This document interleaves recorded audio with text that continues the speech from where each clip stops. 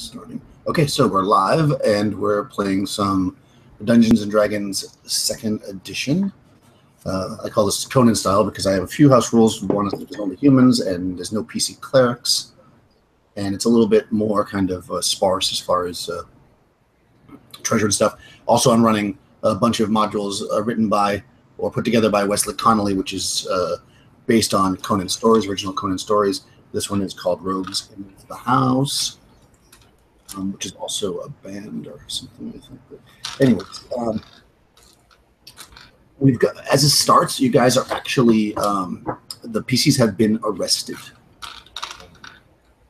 There was a bit of a dispute with a cleric who was kind of a shady kind of guy, or an adept. He wasn't actually like a magical cleric, but a priest, 2 nights ago, and some bloodshed happened. I'm not going to say what happened exactly, but you guys were involved, and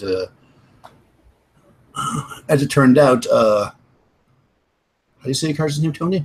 Ducroz was with a young lady and possibly bragging about it in his drunken stupor, and you all ended up in jail on murder charges. So you will be put to death tomorrow.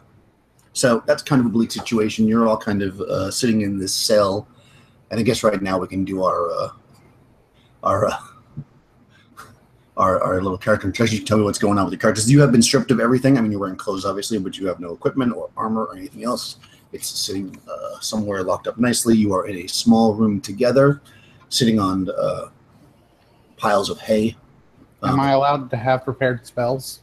Yeah, sure. If I have no armor, I'm naked. Okay, you're naked.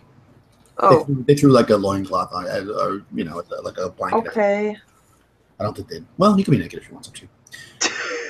I mean, they wouldn't. Yeah, they're not. This is not that cruel at this point. They just kind of threw you in there. They don't really care much about you. You're just some vagrants who are troublemakers. They stripped you of your stuff. They've also taken anything that you may have had at the inn, like any mounts or anything. If you happen to have like an elephant or something, they may have taken that.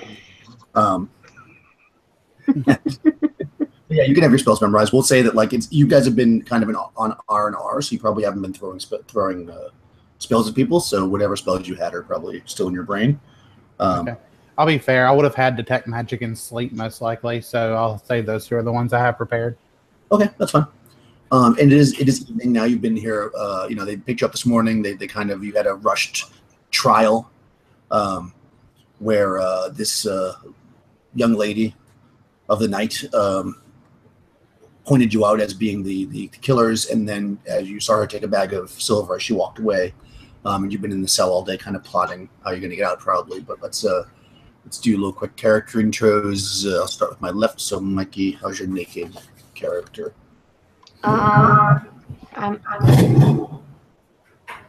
Tess? Yes. I hear myself double. Oh, no. I'm playing Urla, and right now she's not naked. She has like a loincloth, like you said. She's wearing that, and she's sitting in a corner, staring out of... Is there a little window or something? Some bars in front of it? A hard window. Yeah. And she's staring at it, and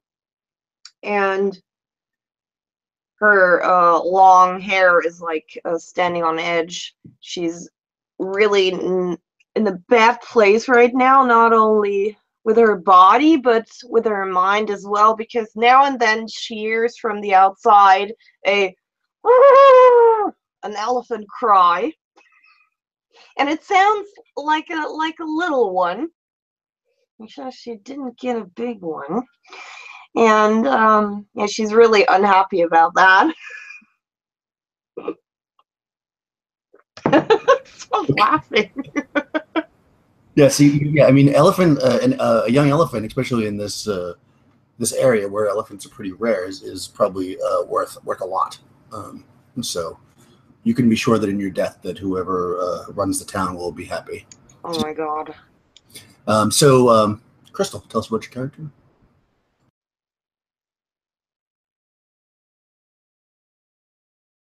You're muted.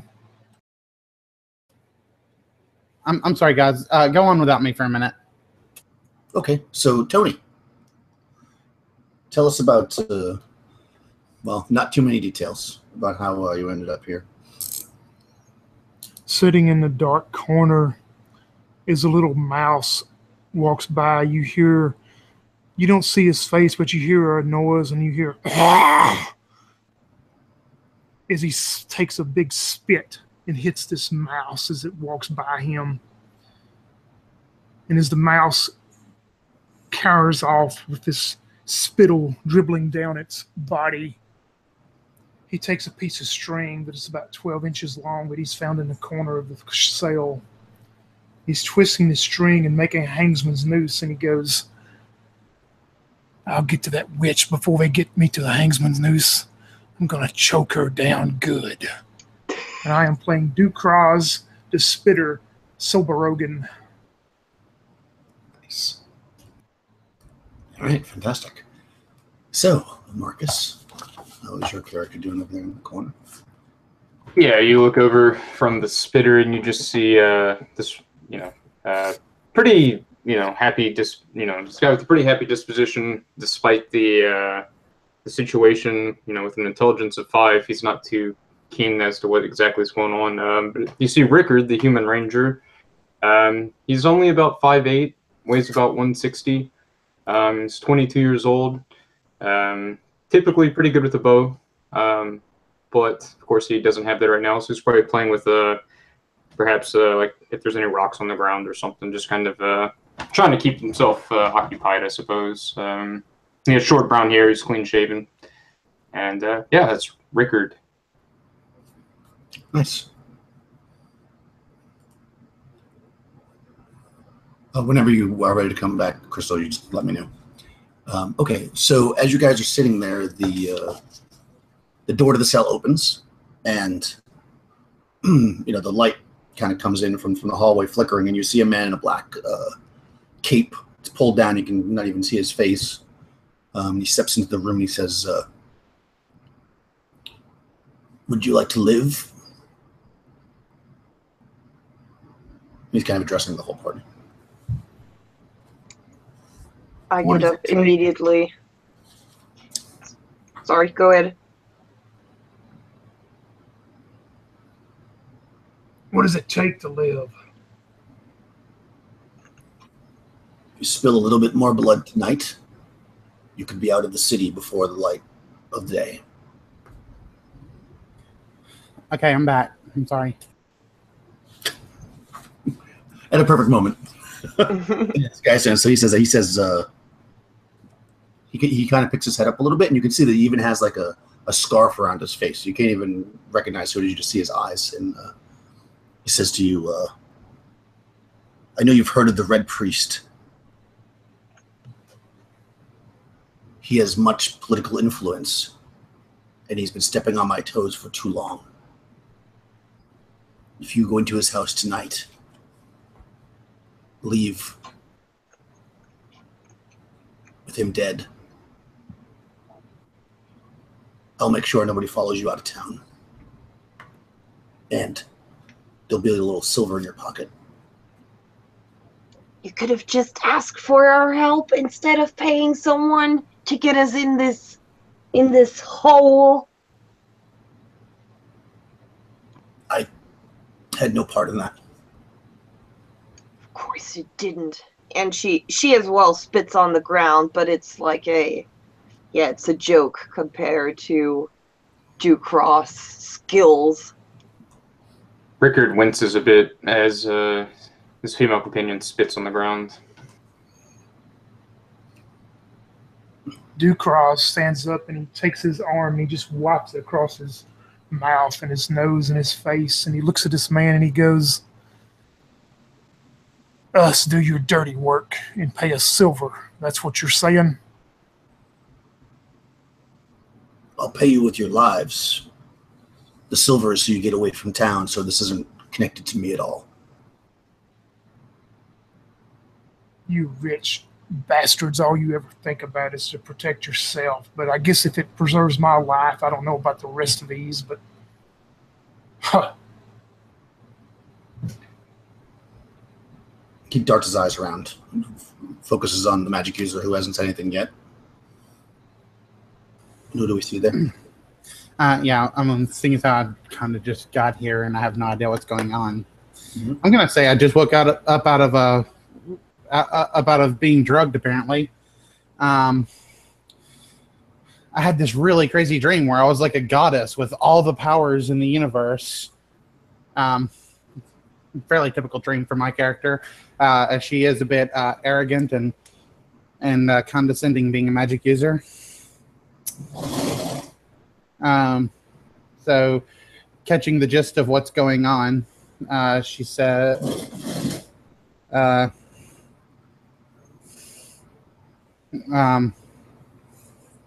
she'll say, "Oh, great, we got ourselves in the middle of a political riot, it seems. Like, this is why I left my home to begin with." Okay. Kind of squints at you. He looks over at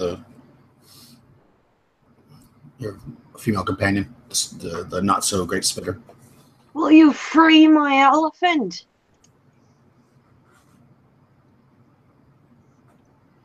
He looks, and then he turns towards the hall, and you notice actually there's a guard standing out there, who's got his spear or whatever, ready, like kind of an attention thing, and he turns towards the guard. He nods, and the guard steps forward, and he says something to him softly, and the guard nods his head and walks away. And he says, "We'll be sure the gates are unlocked." I Wait, nod. there really was an elephant? That wasn't just part of my dream? No, it wasn't. Where the hell did you get an elephant? It's none of your business. So he says, "When the deed is done, I'll meet you down the street from the stables to give you your reward and to get you in to recover your mount." First, we need our weapons and our armor and things we had. Yeah, I can't do much without my bow. Mm-hmm. So he says, "Watch out the window. When you see me pass, you'll know I'm on my way home. Wait 5 minutes, then leave your cell. Head to the right, the third door on the left is the equipment storage. Your gear is there. No guards will be back for at least 30 minutes. And he steps out and closes the door. The first thing that comes across Ducraz's mind is that this is some other kind of terrible setup by these rich, noble bastards that run this city. And he looks over towards the magic user and he goes, maybe you go first. You have things that you can do that we can't right now.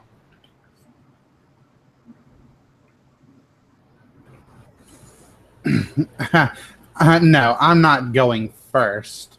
If anyone's going first, I think it'll be our Amazon friend here, who somehow has an elephant. He just looks at you and he wads his mouth up and spits right at your feet. Keep on. I dare you. And I'll kind of wiggle my fingers at you. You just see a sly grin come across his pockmarked face and this shaggy old beard, and he just says, "Devils die first." That way we won't get out of here if we I'll lose my speech. So as it turns out, Ducras knows a little bit about this Red Priest. You do know that he's kind of a political figure, and that he is been known to have a lot of acts of cruelty, especially to the poor, and that there are rumors that he deals with the dark arts, as it would be. You know where he lives. The house is pretty well known. It's a large manor house surrounded by a garden, which has a wall around that. And you've also heard, being a thief, that from other people that nobody's ever broken in before, because he has some kind of a guard dog, but nobody's sure what this guard dog is. Like, it doesn't seem like it would be a regular dog by the way it's torn people to pieces. He looks towards this warrior woman and he goes, let's get our weapons. This priest he speaks of, I do have some knowledge of where he lives. At least I can get us to his house. I nod and I get closer to the door, waiting for the moment. Okay, so are you going to watch out the window for him to leave and then do as he said? Or Mm-hmm. Okay. All right. At least I will. Okay. Is anybody leaving before he said? Or no? No, I'm going to hold back a sec. So yeah, if you wait as he said, and then if you were to like, you touch the door that's holding you in the cell and you feel it's definitely unlocked. Nobody locked it. So you could easily open the door. If you'd like. I'll look back to the others, and I nod with a questioning look on my face. Open it up, woman. And I do so. Okay. So you open up the door and you look, down the hallway, and you can see that you actually came from what would be the left, which is not the direction they told you to go in. You see it goes about 30 feet down. There's another couple doors that you had passed when you came, which you assume are more cells. And then there's a door at the end, which is closed right now. And if you look to the right, like he said, and you go, there are a couple doors down, and there is one. The second door to the left is exactly where he said it would be. There is a door that's 2 doors down to the left. There's no guards in the hallway. There's just torch sconces. It is the middle of the night, and it's pretty quiet. Did he say the first to the... Second door on the left. Oh, second door. Okay. I don't know. I just made that up on the fly, so I might have. Let's just say I said that. Whatever. Okay. Yeah, the door that he said was there is there. Okay. He didn't actually say. There's no So I map. look back if the others are following. Yeah, I'd be following, I think, at this point. Cool. I'll Yes. be I'll be third in the line. Cool. So I guess the thief is at the rear. So Yeah, I'm following behind this suspicious magic user. Aren't you supposed to be in the front, like checking for traps or something? If you say that to him, he just spits at your feet again. So you go down, and the door, as you pass the door to the there's a door on the right as you head down. That one looks to be another cell. So it seems like all the cells are on that wall. And you, the first door on the left actually looks like, again, a regular door, but you pass that, I'm assuming. And you move to the second door, which he said, and if you were to try the door, it is unlocked. And there's nothing's marked, but it's a heavy wooden door. But it is actually, it has a big, like, lock on it. Like, it could be locked, but it is not locked. Okay. I continue on then. Mm-hmm. So if you open up this door and you look in there, it's actually it's a pretty empty room, except for the fact that you see piles of, well, you see your gear, each one of your gear in a separate pile, and you see a couple other piles of things. Most of them are just very small piles, like, a tiny sack and a dagger, and some of them are like a backpack, and it looks like, and each one actually is has like a note on it. They're like labeled with, and if you were to look, your name is like written on your thing. Like the guards basically inventoried it. They wrote down what was there, and they put it in a pile. I rush over to a heap of maybe 10 javelins. And how do you carry those? Like in a quiver or something? Yeah, if you have 10 javelins, you probably have like some kind of a quiver. Yeah, and I pick those up, and I hastily put my armor on, which is just like a revealing leather armor. Yes. What's everybody else doing?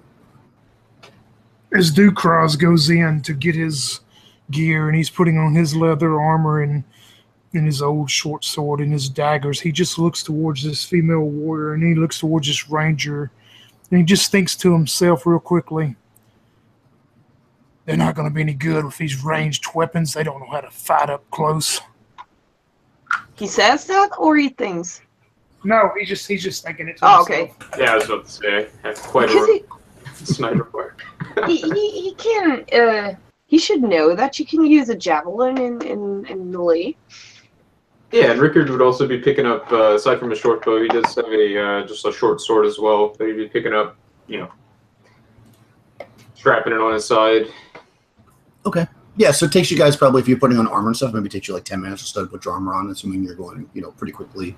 I just grab my robes and my backpack with all of my stuff, start flipping through my spell book, and I'm like, will you guys hurry up already? Golly, this is going to take all day. But ain't daytime yet. I stare at you, one javelin in hand, and my hand is twitching, like yours did before when you threatened with a spell. Nice. Okay. All right. So you get your stuff together, and again, there's been nothing. There's been no noise, but you are getting close to that kind of half an hour point where he said there'd be nobody here for. And you maybe peek back out into the hallway, and you see there's still nobody there. Still looks deserted. And if you were to continue to go to the right, it would eventually come to a door, which you don't know where it goes. And if you go to the left, you'll come to the door that you came through when you were brought in. And you know that if you go through that door, you basically make a left and go down a set of stairs, and you're on the street. Now, do we hear anything right now, or is it pretty quiet? Yeah, go ahead. No, you don't hear anything. I mean, it seems pretty dead. There's some snoring and stuff from the cells next to you. Or you might hear some noise from the cells, but nothing like. You don't hear any armored feet walking or dogs or anything like that. No. Yeah, if I hear snoring, I would say perhaps to our thief friend Ducroix, I would say, Mr. Spitter, you think maybe we should free some of these other prisoners? It might be useful. He looks at you a moment without responding, and then he like he's thinking, and he goes, "That noble didn't say anything about doing that. That's not part of a deal. We need to get out of here now." Ah, yes, you're right. You're right. Gotta follow directions, like they say. While they are getting all of their stuff together, because they have to don their armor, it takes them a little while. So while they're doing that, I would like to check around to see if I could find if there's a book or anything where maybe they would have written our names down that we had been see if we had been put in the prison registry at all. Oh, interesting. Okay. Well, in this room, there's not actually a book. There is on each of your piles of equipment, your names are written, but there's no book in here. This room's pretty sparse. But you think maybe if there was to be such a book, it would probably be down near the entrance where they you were there's an office down there. Okay. So while they're getting all of their equipment on, I'm gonna step down there towards the office. Okay. It will require you coming out of this hallway though. You'd have to go to that door. I mean, yeah, I don't. Oh, you would have. Wait, you'd have to go out from this entrance. Yep, you'd leave this you're basically in a hallway that's a bunch of prison cells, and then the store. And in a room that you don't know what it is, you could also go in that room. But when you know that there's offices on the first floor, you can check out the room that's there. Or you could go to where you think is you probably would think the office is on the first floor, but that would require you going through a set of doors and then downstairs. So you'd be going pretty far away from the rest of the party to do that. I mean, Okay. You'd be going probably at least 60 to 70 feet away from them.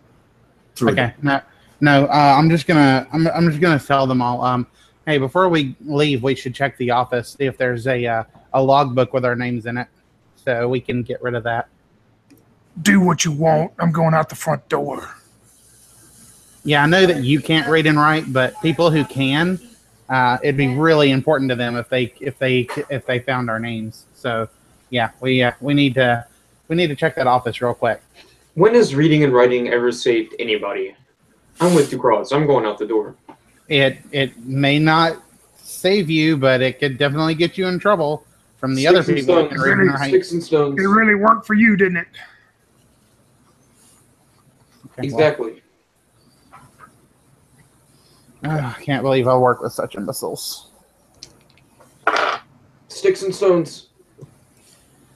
Okay, cool. So you're having this conversation when you hear the door that you had walked past that you weren't sure what it was open up. And you hear somebody call out. You hear a man's voice call out, Jerry, where are you? And You nobody don't see us, though? You just... No, because you're in another room. It's basically right next to you. Oh, okay. He stepped out, and this door closed behind you, and you didn't say it's closed. So yeah, somebody came out of that other room. And it sounds like probably somebody has access to the building, obviously, because they're not trying to be sneaky. I just spit on the floor. Okay. So you hear him. He calls out again, Jerry. I step back away from the doorway so that our warrior people can get to the door. Yeah, I'll hold my javelin ready. Yeah, I'll pull out my short sword there. That wasn't the plan. You hear like the sound of keys jingling, and you hear doors opening on the other side of the hallway. You should not. There is an opening this door. So he opens up one of the prison cells, and then a couple of seconds go by, then it closes again, and then goes to the next one.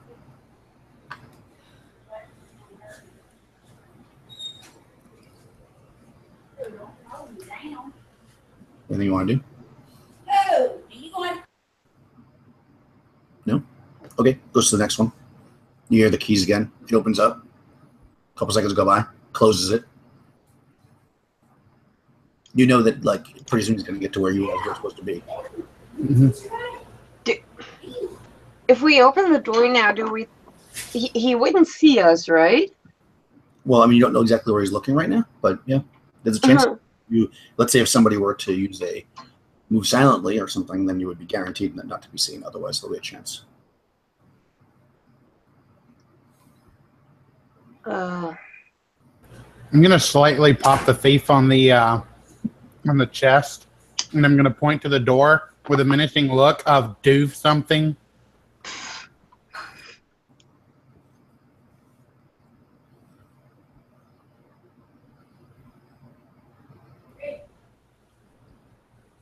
Oh, he's ignoring you. I guess so. Do you want to check,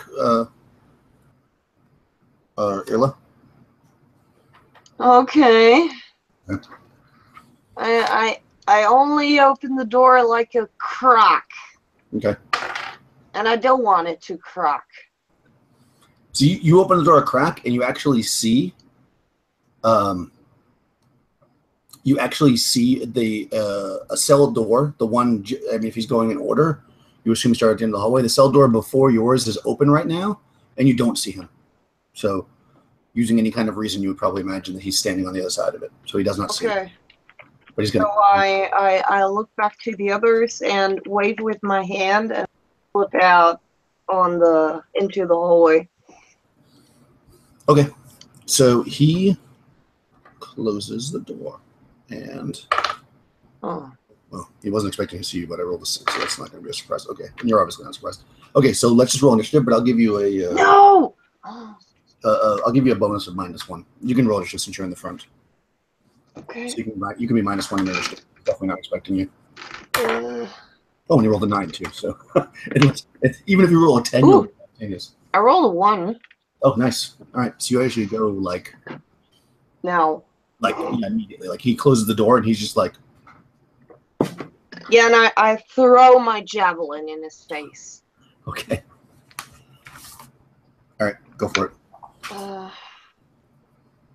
Well, I wanted to hit the face, but it goes like over his head. Far over his head. Sticks in the door on the other end. Yeah. Okay. Anybody else want to do anything to this guard before he does anything? I step to the side, by the way, to make space for the others, of course. Yeah, so you step to the hallway. Would I be able to stab him? Like, get a chance to do that, or? Yeah, I think so. You can move in and also attack, right? Chewie, so yeah, you can move up there. You're not very far away from him.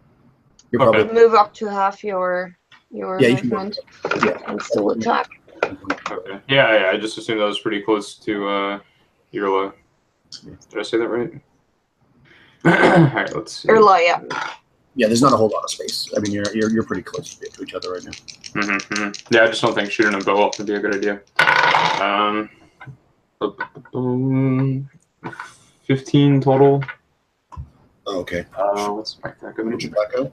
I didn't even write it down. God damn it.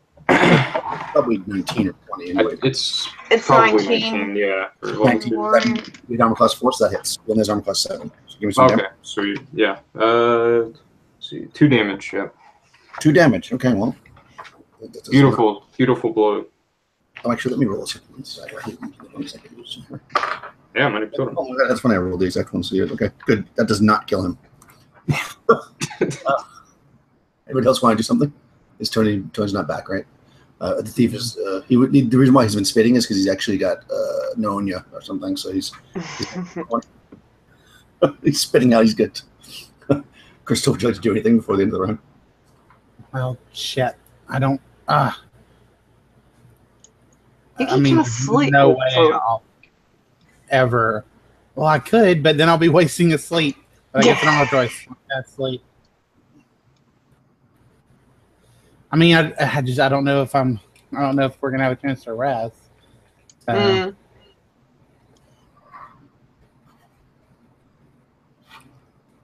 you doing? I'm casting sleep. Oh, okay. Yeah, he falls asleep. There's no save for sleep. Okay. I would then immediately rush over as I see that with an approving look kinda on my face and He drops to the ground.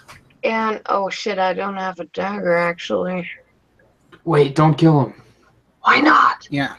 Because then we'll be murderers. I cock my head and I'll look at you like seriously. We can tie him up. Lock. Maybe cut his tongue Yeah, out. lock him in that room. Lock him. Like gag him, tie him up, lock him in the prison. Yeah, put him in a See how they like to taste of their own medicine. Yeah, Sigh. put some of that stale bread in his mouth, you know? I have like a rope around my waist. Not too long actually, like only 5 foot or something. And yeah, I would use that to tie him up. Okay. So you want to put him where? In your cell, basically? Yeah, why not? Okay. Yeah, I mean, I'm assuming you strip him of his weapons. He has Yeah, what does he have? He's got a spear, and on his side he has a short sword and a dagger. I just take the dagger without asking, and then I get up to get my javelin back from the wall. Okay. Yeah, you're able to do that pretty easily. Nobody else. He also obviously has the keys, and you killed him really quickly, or took him down really quickly. So I'm going to say that nobody woke up either. So it's pretty quiet. I'll take the keys off of him. Okay. You have the keys. So what would you like to do now? Out of here. Fast.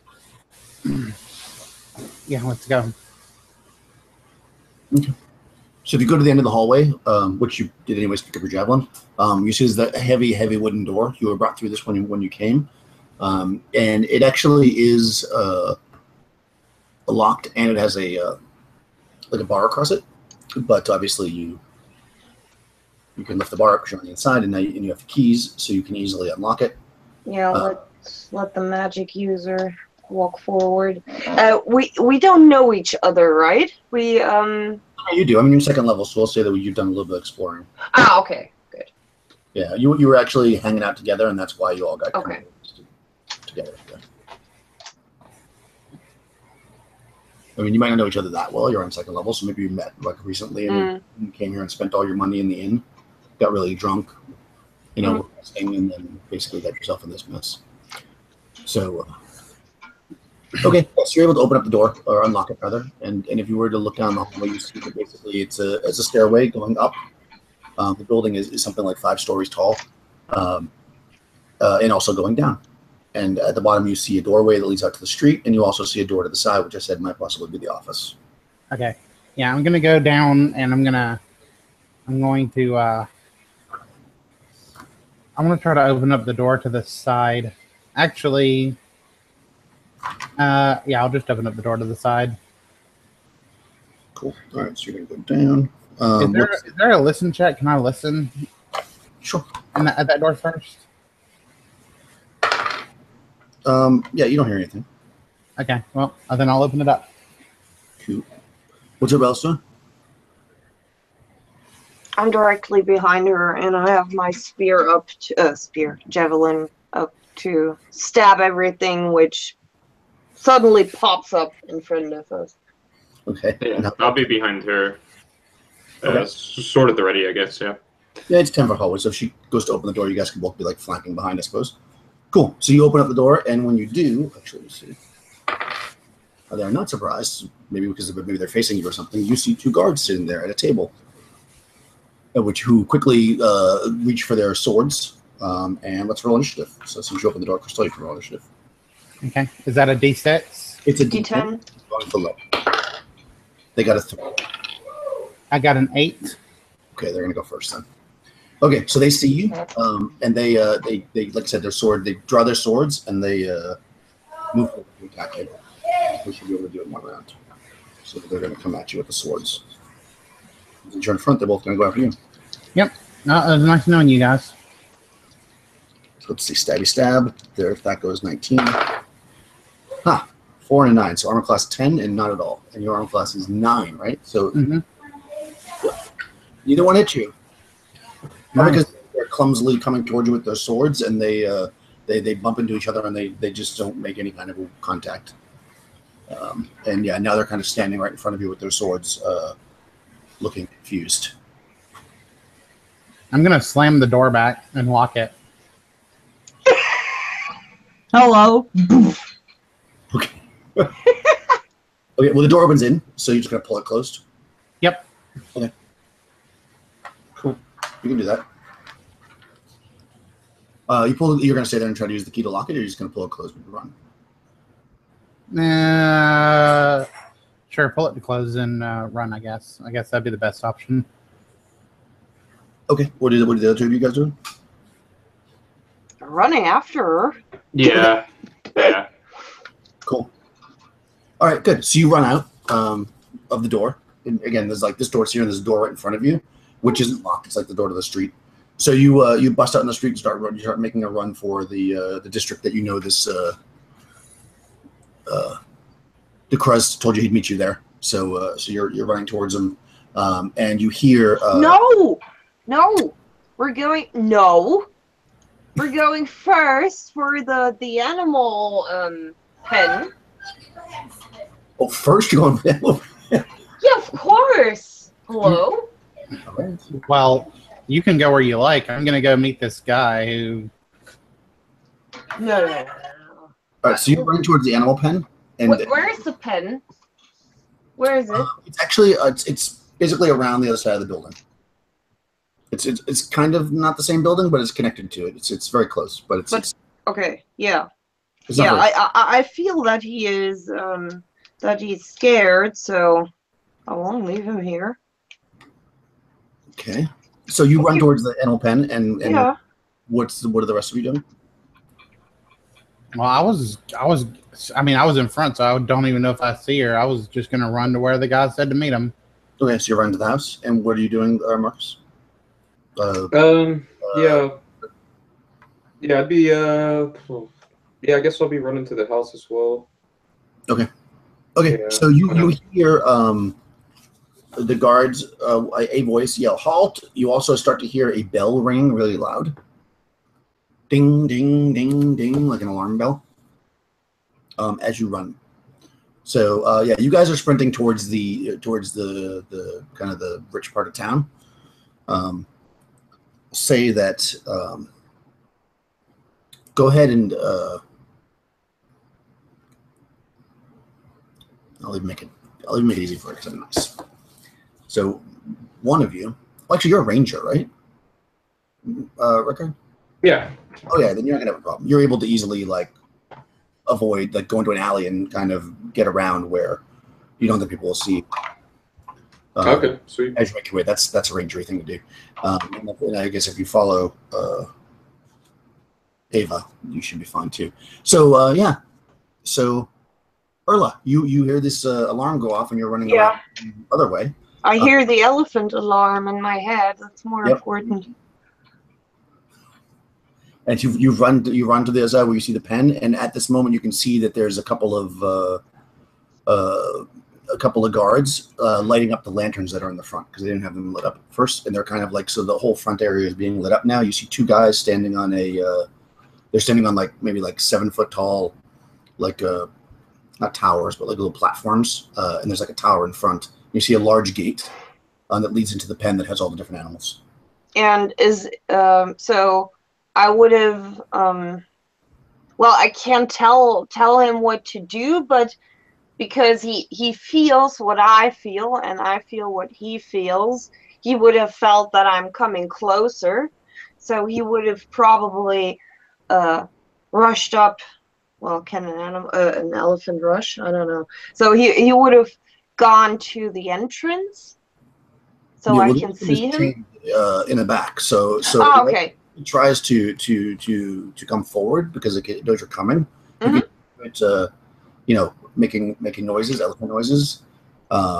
It's screaming basically, but it's obviously chained and restrained. I mean, it's an elephant. They didn't just leave it sitting around. So yeah, that big chains on it, so it can actually not easily anyways break the chains out. I'll see if it breaks the chains or not. Let's see. Okay. No, it doesn't. They're not able to break the chains this round. Have they seen me yet? Well, yeah, you run out into the middle of the street. It's the middle of the night. There's nobody around. Okay.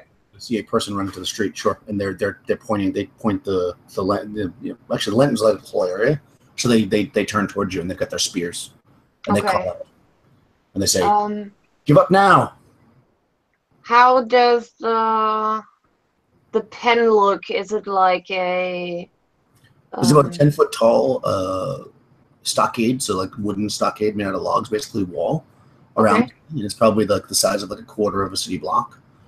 There's a large kind of gate in the front that swings in, and you reckon it probably has a bar on it. And you see two guys, like I said, right now standing on little towers, and you can hear a lot of animals kind of starting to get a little crazy inside because you're elephants. Okay, so I would. Oh jeez. So I have mountaineering. I would try to rush for the pen, for the wall, and jump as high as I can to just swing me over the fence somehow. So you want to grab the top of the fence and swing your body over it? Yes, I just want to ignore those fuckers completely and just go over the fence with full speed. Okay, you can do that. But I mean, yeah, go ahead, roll a mountaineering check. It sounds reasonable. Actually, hang on. Can't roll that. Why? Because I think it only says that you don't need spikes and shit for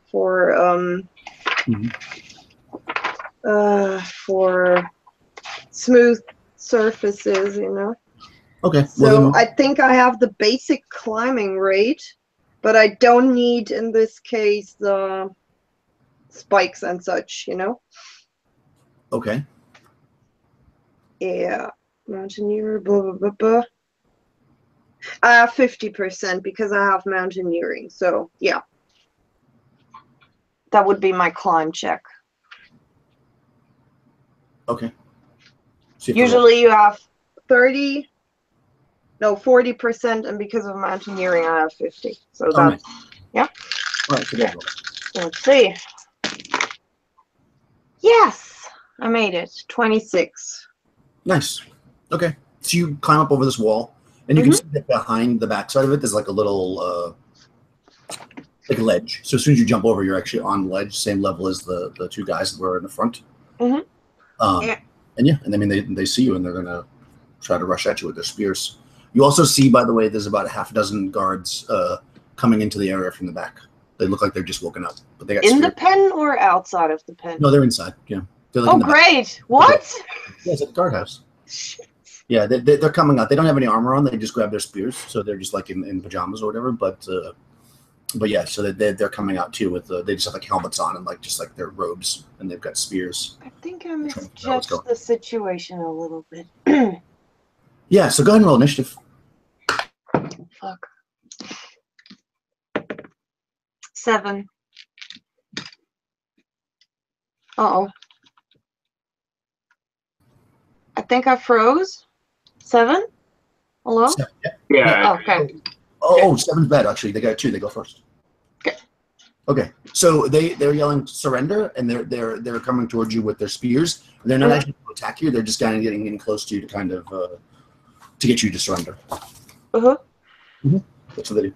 That's it. You've got 2 of them on the level with you, and then there's 6 more that are they're not quite at you yet, but they're coming from the ground. Mm-hmm. Yeah. But they're not there yet to attack, or? No, two are close enough to attack, but they're not going to attack this round. Okay. They're just trying to impose their spears. Yeah. This round. So how far away is my elephant? Let's see. So it's half a block. So it's probably maybe like, let me see which. I'll roll a percentage. So actually, well, luckily you came up in a pretty good spot. It's probably like maybe like 50 feet away from you, and you can see that it's got chains on 2 of its legs. Okay. Yeah. And can I see from here what kind of chains that are? Are there like locks on it, or? Yeah, they're like big, like manacle chains that were fastened to its leg. But with a lock, but not. That's correct. These are normally chains that they would put around like a horse's neck, but because it's an elephant, they put it around the neck. Okay. Yeah, and they've got like big locks on them. Fuck. For with a key, or where I need a key for. Okay. Well, a key or like a sledgehammer. Shit. I load the safe game. What? That was a joke, a gamer joke. It's okay. Yeah, shit. Help. Let me think for a moment. The guy saying that he was going to get the elephant free for you, and when you did the job. Yeah, Not that I run towards the elephant. Like I can help you now. Yeah. I've got this. Hold on. Okay. All right, think about it for a second. Yeah. So you guys are moving towards this the other area of town. You notice that no guards have been following you. Like you heard like a lot of footsteps at first, around in the bell, and since now the bell is kind of stopped, and you don't see your friend, but nobody seems to be following you, and you come up on the residence of the Red Priest, which, as I said, is a large, 2-story-ish house manor with large gardens around it and a very, very it's got a 10-foot wall around the whole thing, a stone wall. There is an entry gate as well, which has got the big wooden doors closed. So, Eva and Rickard, what would you like to do? Where did that thief get off to? Yeah, he just kind of kept spitting and walked off. I didn't see him. Seems like we lost our Amazon companion as well. Yeah, we might be in trouble here. Although I am pretty good at tracking. Maybe we should just consider trying to get out of town with what we have.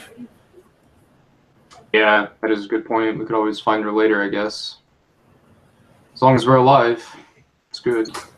I mean, it's not You hear the elephant like we're going to scream do that from the to the two of distance. us. Oh, did you hear that noise? So there really was an elephant. I wasn't just that drunk. No, there really is an elephant. Let's not get into the details of that right now. But maybe we should head in that direction. I mean, I could imagine that that's where our Amazon friend went. I'm pretty sure that, you know, if she went after an elephant, it's probably crowded with guards. It's probably not a good idea. Yeah, we could always approach from, you know, from a different angle. You know, try to stay hidden, check the situation, see if she's being followed or attacked or something. Can you stop drinking coffee there? Well, I mean, you may be good at those things, but I was raised in a temple. Sneaking around was not my strong suit. I was busy learning spells. Oh yes, to be able to read, And, right? right now, the only thing I have left is the ability to detect magic, which isn't going to help us that much at this point. Yeah, I don't know. Unless there's some evil wizard chasing us, but you know, I didn't see any. But yeah, follow me, and I'll try to lead you to the elephant. But stay Okay, quiet. well. Stay quiet. Do your best. Don't step on glass or rocks or sticks or anything. All right, I'll do my best Thank you. to follow in your footsteps. It's good to hear. All right, so going back to the elephant. Okay, so back at the elephant, what's happening on the wall? What would you like to do? Okay, so I rush full speed for my friend Mm-hmm. in the back, and how big is a baby elephant now, honestly? Could I, like, although it doesn't matter, I rush full speed for the elephant, and no, hold on, I forgot something, hold on. I rush one of those guards who are coming for me, the two, and I want to basically charge him and throw him to the ground. And I don't care for damage. I want to, like, grab his keys. Or don't I see them? What? I want to charge him, like throw him to the ground and get his keys. Okay, so you want to grapple him. Yeah. Okay. Well, no, I don't want to hold him. I want to. We don't. All right. So go ahead and. No, I see what you're trying to do. So you're gonna. See, you don't see a key. He doesn't just have a key like in his hand. Oh. Yeah. I mean, you can try to search him for the key or look for it, but you're gonna have to, you know. Yeah. Yeah. So go ahead and roll under your wisdom to see if you can see a key on him before you do it. I guess if you want to try. Okay. 7. Yeah, I made it. Okay. It doesn't look like either one of the two guys on the wall have keys. Of course not. Yeah, you can see because you're on the inside of the wall now that like gate in the front doesn't even have a lock on it. It just has a big bar. Uh-huh. You know, they don't need a key to do anything with that. And Yeah, none of the tables have. They just have a rope tied around them. Only the elephant is locked. Those fuckers. What is an elephant? Oh. And by the way, a baby elephant is like it's like a big horse. When Okay. you can imagine a big horse, that's how tall it is. Plus, Okay. obviously, so it's probably like I don't know, 5.5, 6 feet tall, so like 2 meters almost. But Oh, that okay. big. So they would need some kind of hammer or something to drive the spikes into the ground where they put the animals, where they bind them to the okay. Yeah. The chain is actually, so you're looking at the chain. The chain is actually connected to like a post. Yeah, and I want to see the hammer which was used to put the post into the earth. Okay. Yeah, there's not a hammer right there. Great. I mean, there's a building, which the guys just ran out of, but there's no hammer sitting there. That's not an option. Yeah. Well, You're making it difficult. I know I am, but You're being difficult, you know. the hammer just sitting there. shit. Why would there be a hammer? Because someone just stopped working with it and put it to the side. Oh, fuck. Okay, so in that case, I do rush for my elephant. Okay. And I jump on his back. Okay. That's probably my round. Yeah, that's you've done a lot. Yeah. All right, so you're not surrendering. So Mhm. they're going to, when you jump down to run towards the elephant, there's 6 guys down there. They're going to charge at you. So let's roll second round. They are not really slow. They didn't expect you to jump 5. the elephant. Yep, your turn. Good. So you get on the elephant. You can try to break the elephant. The elephant can try to break the chains, but you're going to have to roll. I don't know how strong is a baby elephant. Let's say that's got a 25% chance to break the chains. Mhm. So you Okay. can, whatever you like, whatever die you like, they can give you 25%. You give you a percentile if you want. Yep. It's got 2 chains, so it can break 1 chain per run. So it's going to take you at least 2 runs to do it. Okay, first, no. Second, 11. Okay. Cool. So it breaks 1 of the chains. Yeah. And I think I can't. Can I attack? Can I throw a javelin?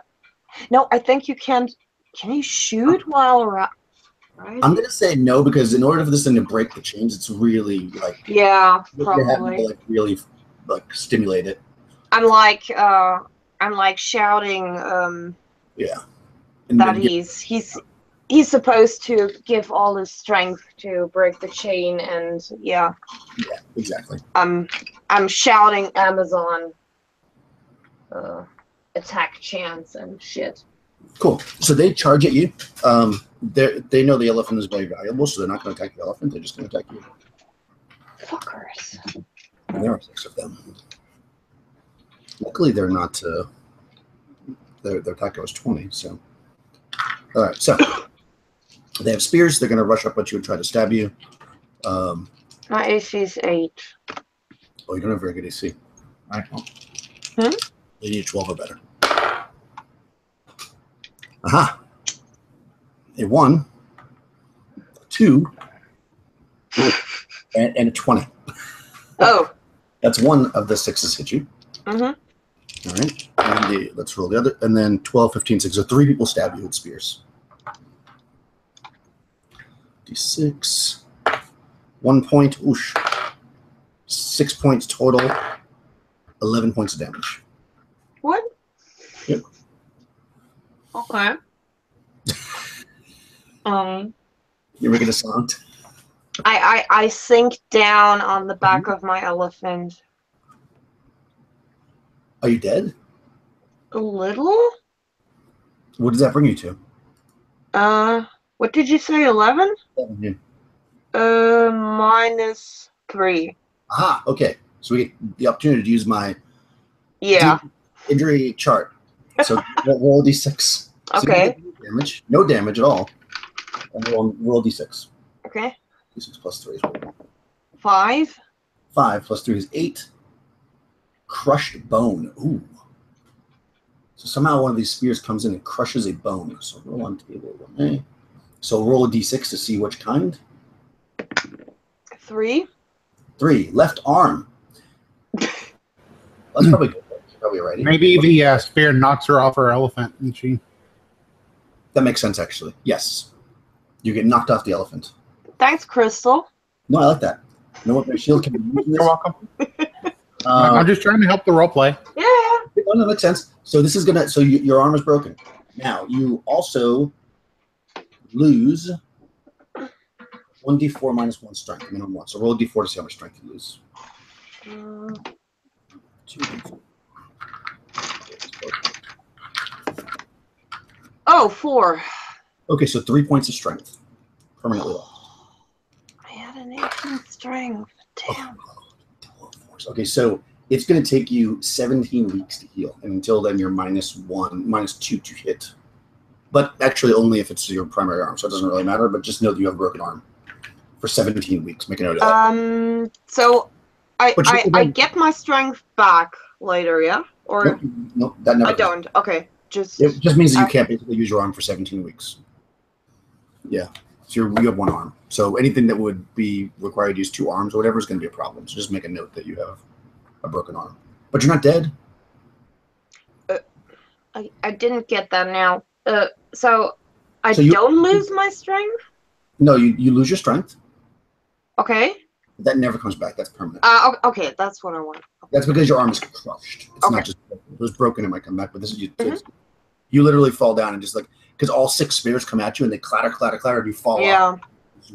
Doing this thing, and I'm not even going to say the elephant steps on you, even though that would be better. I'm not going to say that because that would just be mean. Wow. I'll say that other animals. No worries. I will never ever choose something with an animal again. You didn't have to give me the elephant right away. Hey, last time I played a game and I wanted a dog, Daniel said it was dead before the game even started. So don't mess with the animals. And the last time I had a dog, it ran away and then just left at the very end, not even concerned what happened to its master. So that is true. Yeah, I guess I can't complain. I don't know. Hey guys, let's do a one-shot where you break into a house. Oh, I'm going to have an elephant. Wait until you see how many henchmen I have in the next game. You know what? Bring it on. But you don't lose any. You don't lose points, so you still have 11 hit points. But you're on the ground with 6 spear guys. But they're actually on the other side of the elephant, which is good. And that's the end of that round. So let's roll initiative for the next round. They're yelling at you to surrender, of course. They roll an 8 for initiative. 3. You're gonna go first. Luckily, you don't use a two-handed weapon. Oops. So first I go for the chain. Nope. And so can I sneak around the elephant and attack them from the back? Sure. I mean, it's a crazy. They're afraid of the elephant. So yeah, I hope so. They're like this. So yeah, you definitely can get around. What's their AC then? Minus 6. Well, yeah. I mean, you'll get a. Well, their AC is 10 because they don't have a bonus. Okay. But you can get a +2 though. Oh yeah, I hit 19 on the die. That's melee 26. Oh, I don't have my strength damage modifier shit anymore. Yeah. +1, okay. 5 damage. 5 damage, perfect. Oh, also. No, that's broken, severed limb, or fatal wounds. Okay, okay with that. 7 damage. Well, that kills one for sure. Well, let me just roll, make sure, but I can't imagine. Yeah. Not 7. What did I say? You said 7? No, 5. 5, I think I said. 5, okay. I rolled a 4. Yeah, +1 is 5. Yeah. Okay. He had 6 hit points. It doesn't quite kill him. He has 1 hit point. Okay. So yeah, he they're surprised that you stabbed him, and there's a bunch of them. They can't all really get to you because of the position of the elephant and everything. I'm just going to say that only 2 of them can stab at you this round, but they are definitely like trying to circle around you. They're saying to you, surrender. No. And they both miss, surprisingly. Whew. Cool. And initiative 6. 9. Okay, you go first, and at the end of this round, you guys are gonna come circling around the corner. You're definitely rolling a lot of noise. Oh, I don't break the chain. Okay. Yeah. Can I rush back behind the elephant and then come from the other direction to get them again from the back? I'm gonna say no, but what I am gonna say is that since they're afraid of the elephant and you're not, I'll give you a bonus to your AC. Yes. Of 2. Okay. Because you're gonna use the elephant aggressively. You're gonna use the elephant as a. Yeah. Yeah. 19, 7. But if they miss you terribly, they hit. I don't hit. All right, so 2 more guys are going to stab at you, and again they're saying surrender.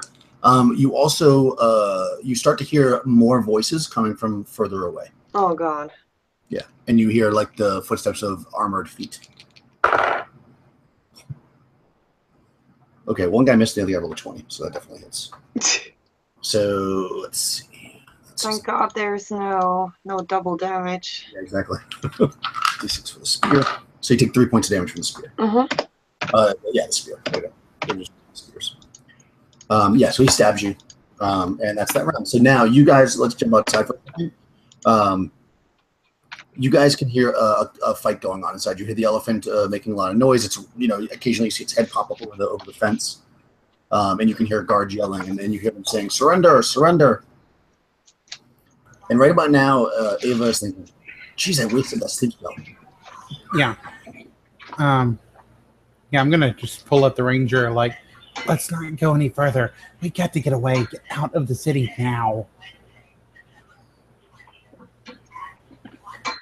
Get out of the city? Yes, I also we got point to out go. that you collected your stuff. All your money was gone. We don't have any money. Yeah, but we have our lives, which is more than we're gonna have if we get captured again. That's a good point. What about our elephant friend? What about our elephant friend? I don't know.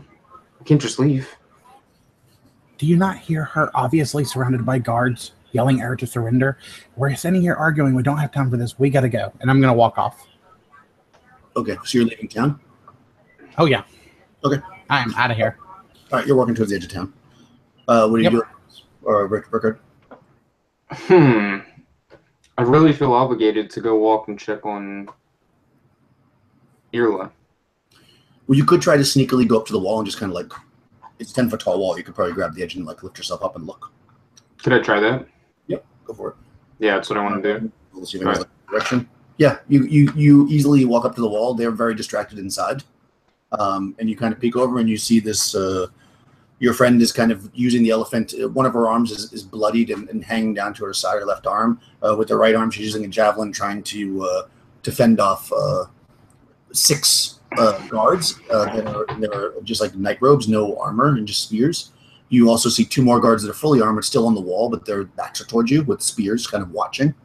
And you see a building a little bit further back, and the doors open, and coming out, you see 3 more guards in full armor. And 2 of them, you notice that 2 of them are walking together. They're holding a net. Right. Yeah, I'd hop back down and then look around, probably wanting to, tell Ava what I saw, but I'm assuming she's probably out of sight, right? Yeah, I mean, she's walked away. You can follow. You can go where she went. You can probably catch her pretty quickly if you want. Yeah, I think I would do that. I think I would, as quietly as possible and quickly as possible, maybe go, stop her and then tell her exactly, explain what I saw. Okay. So back inside. 8.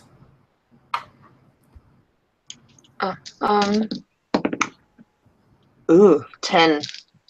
We're gonna go first. All right, so 2 more of them are gonna stab at you. You definitely hear more people coming. They're yelling surrender. Yeah, they can stop doing that. Okay, 1 roll to 1, which means it stabs the elephant. What?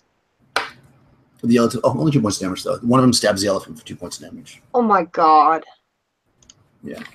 The baby elephant cries out in pain as the spear pierces it. Yeah, it hurts your heart. Yeah, and the other soldiers yell at him. They're like, "Be careful! That's valuable." Okay, I do the chain. No. And yeah, I attack. Yeah, that hits for 6 damage. Nice. I'm gonna roll randomly which one you hit because they're moving around throughout the island. Okay, so it's not the same guy, but it is actually enough to kill this guy though. So Thank God. guy goes down. He falls down to the ground, and his nightshirt is covered in blood as he falls. You hear an elated cry from her as finally one of them goes down. Yeah.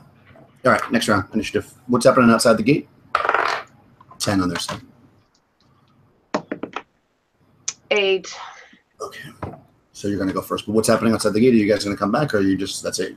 Yeah, I'll just kind of waiting to see what Ava would think after I explained what I saw. No, I'm like, yeah, this is not my business. I'll hand you the prison key. There, you're gonna have that. I don't know if that'll help, but if you want to play hero, be my guest. But not my business. I hardly even know this woman. Like, I only went with you to that cave because I thought there might be magic items. But think of the elephant. I'm This is an leaving. innocent animal. I don't care. Well, so be I it. have sacrificed plenty of animals in my study of magic. Oh God! You never sacrifice animals. She probably always stared at the elephant and wanted to take one of his eyes and such. Oh my God. This is true. Oh. Yeah, it's tusks, which I guess probably aren't grown yet. Yeah. Yeah. So I have to go help. I think it's just part of it's what I do. Okay, well, I hand you the prison key, so maybe one of those unlock the lock on the elephant, but I'm gone. Okay, well, I hope we run into you again. It's. But I'll jog back and I'll go try to maybe get my bow out while I'm jogging back. All right. So do you have mountaineering? 2000, no. And you don't have a climb skill, right? So it's Then you have 40 base gens. yeah, so 40% chance to get up over the wall when you go. Gotcha. So you can do that this round if you want. If you want to get up on the wall. Yeah, definitely. Do I roll that or you roll it? You can roll it. It's fine. Okay. So let's see. You said 40% chance. Naturally, I rolled a 45. Okay, so you're not quite Spend able. luck. I'm gonna burn some luck. You got like your bow and your arrow, and you're just like, okay, I can put the arrow away, and then you'll cloud next. I pray to the icons. Yeah. Ooh, if I had that in D&D. All right, so you can't quite scramble up the wall. Yeah, maybe slip a bit. Okay, so on the inside, go ahead, Mike. Okay. Erla, you're first. Chains. Oh, damn it. No. Yeah, I go for the next one. And I shout something at the elephant, which sounds like a elephant cry. Could you roleplay that for me? Tara! Okay, good. You'll have a 30% chance next round. What did you say? Oh, yeah. No, hold on. 10. Yeah, I hit. Yeah. And 5 damage. Oh, nice. Okay, let me see. Roll his hit points. 2. All right, so he's dead. Kill another one. Drops. Wow. Thank God. Cool. All right, so the 2 that had a net are coming up on you, and they're going to try to capture you in the net. Me? Yep. You. Double 2. So I'm going to say they missed. They throw the net, which completely misses. But there are still 2 guys around the elephant trying to stab at you as well. They're going to try to stab. 1 hits with 17. No. And you take 4 points of damage. Okay. Are you dead again?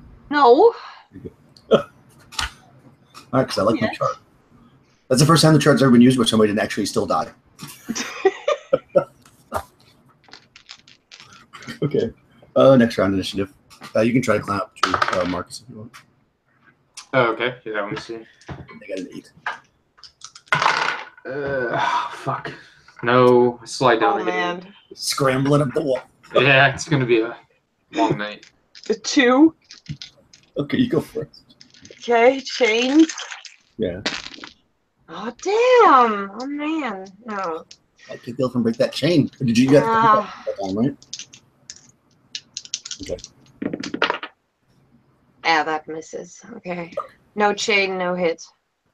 Okay. So you got 2 guys in their night shirts trying to attack you, and then the 2 guys with the net through it and then off, and they're going to draw their weapons. They have swords. But there was 1 more armored guy that has a spear, so he's going to step up. So 3 people are going to attack you this round. 1 is technically flanking you, but I don't use that, so don't worry about it. 2 of them hit you. Yeah, don't bother. Well, how many points have you I got? have 1 hit point left. Okay, but see, it matters for the chart. All right, so the Okay. first one hits you. Only does 1 point, so that puts you to 0. So roll. 0. What do No, I roll? 1 point. So roll a d6. 6. This happens anytime. 1. Really? Yeah. You still have 1 hit point. Nothing happens. But the other guy hit you too. So let me see what happens. Ooh. 4. Oh. So that brings you to what? -3. -3. Yeah. Roll a d6. Okay. That was good. 4. 4. So 3 plus 4 is 7. Broken bone. Oosh. Oh wow, you might go ahead and roll a d6. If you break your other arm, it's gonna be amazing. 2. Right leg. Oh, that's gonna be a bad one. Oh man. Oh man, you just broke your right leg.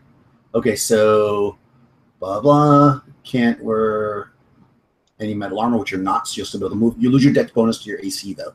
I don't have it. Okay, so then you're one worse on your AC then, no matter what. Damn. And that's gonna be. Let me see how long that's gonna take to heal, so we can make a note. You're getting all kinds of broken up. Oh, that one's actually not bad though. This one's only going to take 11 weeks to heal. Oh great. But your movement is halved, Oh man. and you can lean on your thing. So you're going to have trouble. But I think that's the only. Yeah, you don't have to roll on the extra chart for anything lost. That's only. And how many HP do I have now? So you still have 1. Okay. You stay where you are. You don't Okay. get damage instead of.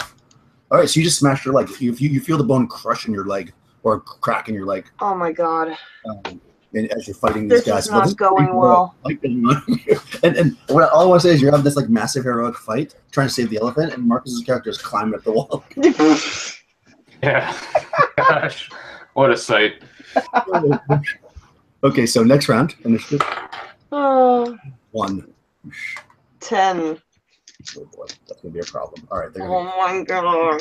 give you. Now you. Yeah, this. I mean. Okay, so there's the 2 guys with the javelins. Mm-hmm.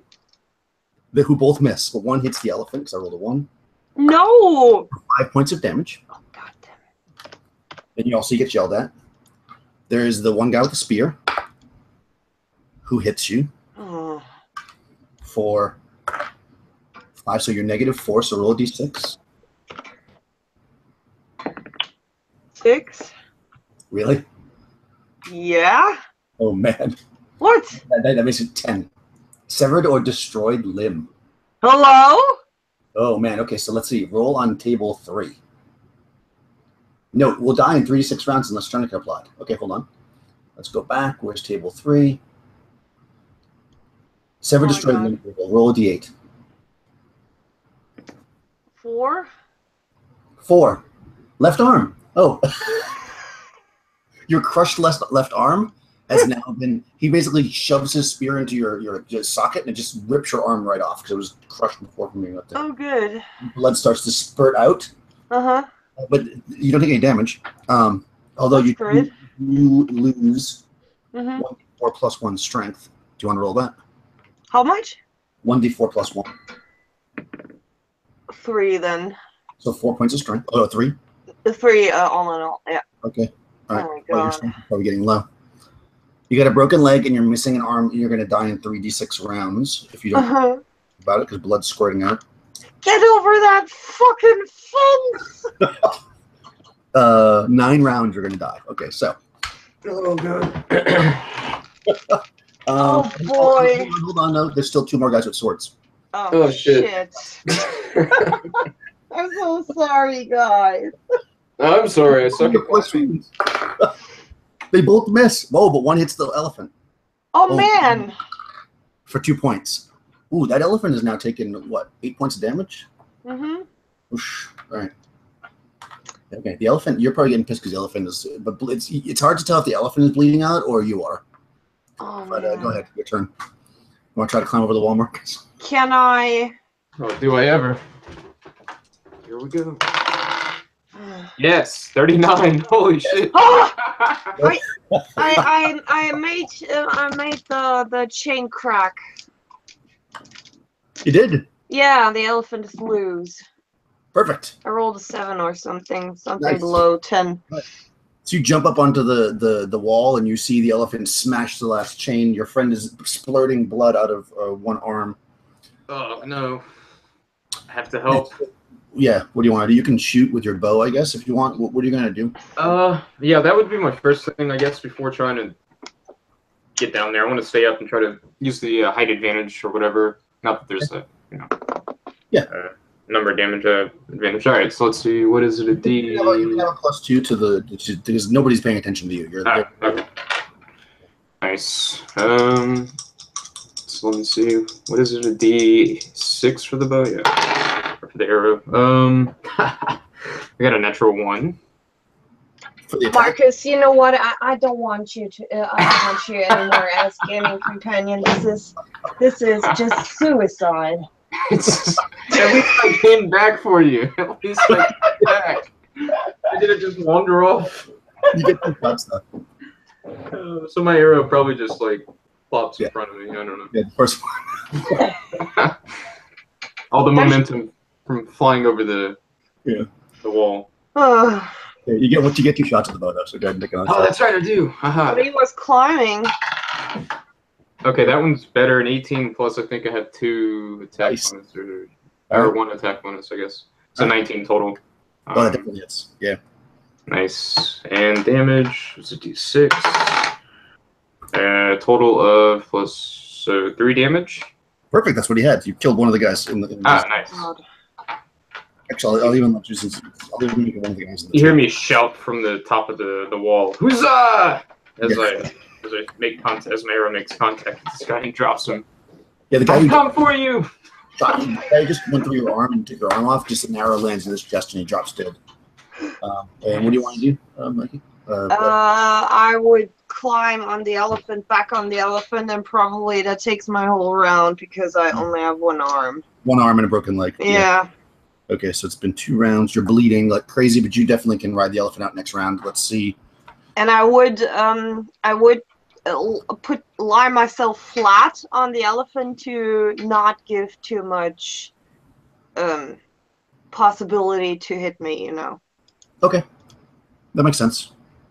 So yeah, you're on the elephant now, and they're actually kind of afraid of the elephant. So yeah, they're I hope so. Very much penalized on this initiative. They got an 8. 9. All right, they're going to go first then. All right, so they're going to, you guys with the swords, I think, aren't going to even bother because you're up too high for them to attack you. But they step back away from the elephant. But there's 3 guys with javelins. The one guy with the spears, with spears, they're going to all attack. They're going to try, but they're going to be penalized a -2 because of the elephant fear. And none of them hit you, surprisingly. Probably because you're flat on the elephant. Yay. Yep. So, would I think that the elephant can rush through the gate? Oh, yeah. The elephant can rush through. I mean, it's going to have to make a check to go through it, but it's got like a 75% chance to smash through it. Okay. So a full-grown elephant would do it, no problem, but this one's going to take. Is the... what's I mean, it'd be a 100% chance if the gate was open. Yeah.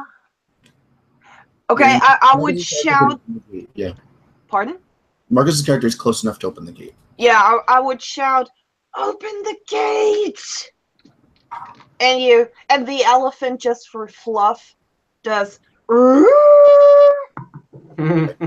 Just like a. Okay, yeah. So you see this elephant rear up, and your companion tells you you're basically right near the gate. You could jump down and open it. Okay.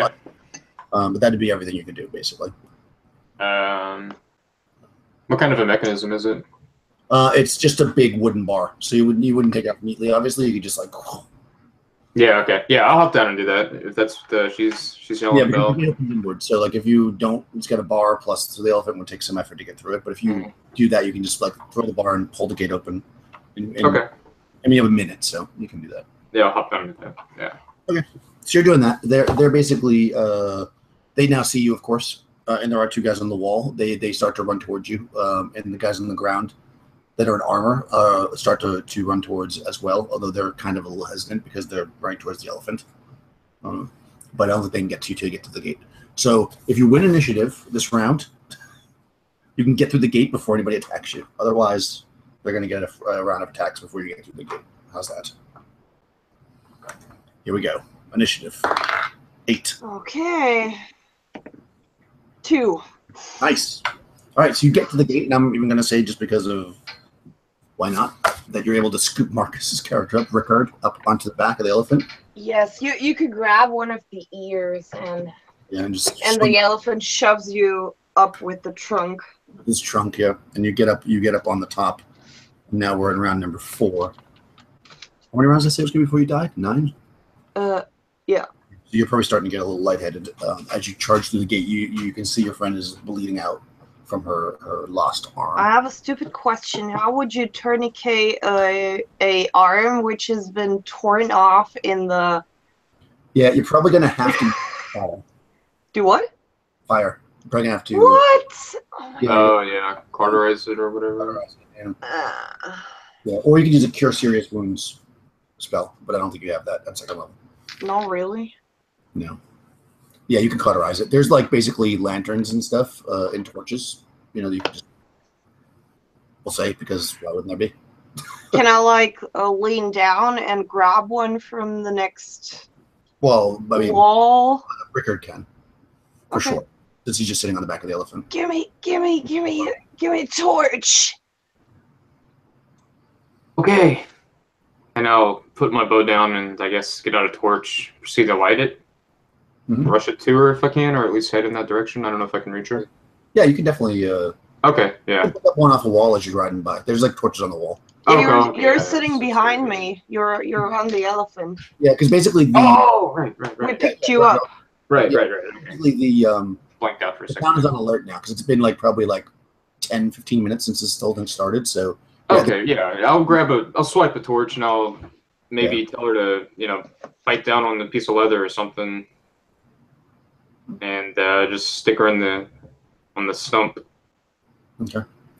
with the burning torch. Oh God! I should probably put the torch out first and then use the. How does that work? I don't even know. I have no idea. Because I'm Yeah. afraid if it's like fully lit, it might catch your hair or your something else on fire. But if I can like put it out, maybe I can still, while it's like hot and cold, like a coal, jam that into your arm. Oh my God! That's what I'll do. I'll That sounds kind of like, I'll kind of like, Or you could heat up like a dagger or something.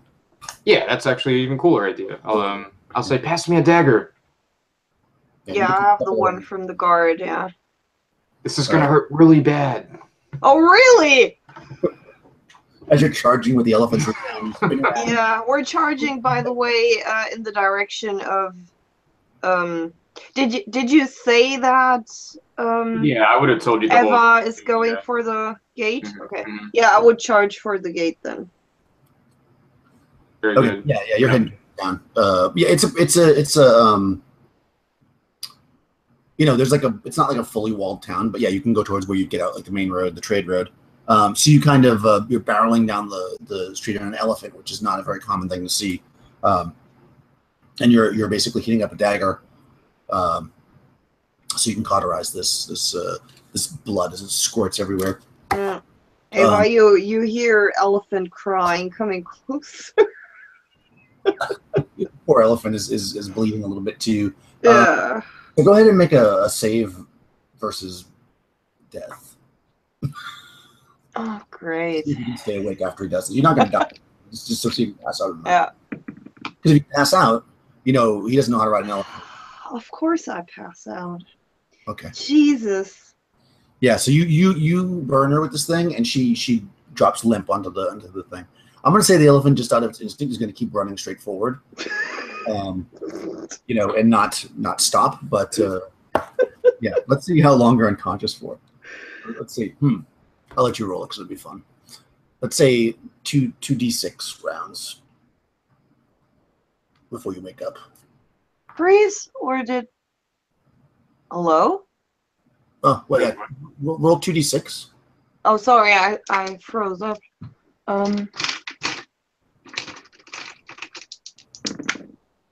7?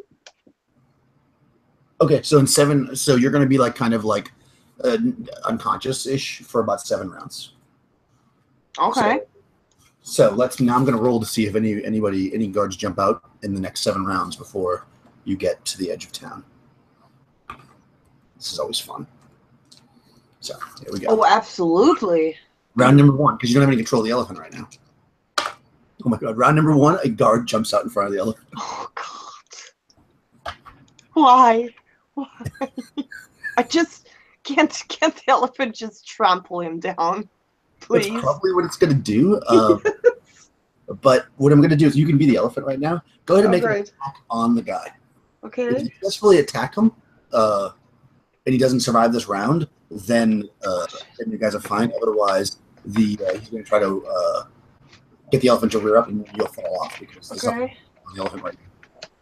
Shit, I'm at horse right now. Hold on. I have no idea where this thing went. 10. Okay. Make an attack as an elephant. What? Make an attack as an elephant. Yep. What's his AC? He is AC 7. 7. Leather armor. Right. Yeah, I hit, and that's. Do some trampling damage. Das habe ich mir gedacht. Oh, shut up. Not you. 2. 6. 6. That kills him for sure. He only has. Yes. All right, good. So yeah, the elephant kills the first guard. All right. So how many rounds did I say this was? 6 rounds, right? 7 rounds. That's number 1. Number 2, no guard. Number 3, no guard. Number 4, no guard. 5, no guard. Round number 6, a guard steps out in front. Oh. So make an attack as the elephant. Right now, Rickard, you're just holding on for your dear life. I hit. Oh yeah. Okay. 6. 13 damage. He's that guard, he doesn't even slow down. He just pows right through it. Finally, the last round, no guard. All right, so you come back to consciousness with your wound cauterized, no more bleeding. Although your leg probably hurts a lot because it's broken. And are you still there? Yeah. You notice that you're almost at the edge of town, and you actually see, like, just outside on the road, like walking down the road, your magic user friend. She just heading down the street. Ava, get ready! Don't run over her. So you see this elephant charging at you, covered in blood. Oh my god. Are there an army of guards behind them? There's definitely people like far behind. They're not on horses or anything, so your elephant's traveling much faster than the guards are. Okay. I'll just keep walking on the side of the road. If they pick me up, they do. If they don't, whatever. Maybe the guards won't come out. I hold my javelin down for you to grab it and swing yourself up. Oh, nice. Yeah. Okay. I guess I'll try to do that. Okay, make a dex check unless you have elephant jumping as a skill. Oh, I do have elephant jumping as a skill. I get a plus 13 to that. Ooh. Well, plus 13 would be terrible because you want to roll under your dex. Oh yeah, that's true. I meant the minus 13. No, I do not make it. Okay, so when I see that she didn't manage to get up, I make the elephant stop and turn him around. Come fast. Okay, I'll run over. But you're going to take damage from having half get on an elephant. Yeah, that's fine. 5 points. What? Yeah, That's like very much hurt. You fall on your ass really bad. Oh, God damn it. Yeah. Like I reach out to grab the spear, instead it just smacks me in the face, and like I slam onto the ground, and you're like screaming at me, "Come fast!" And I'm like holding my face, rolling in like severe pain.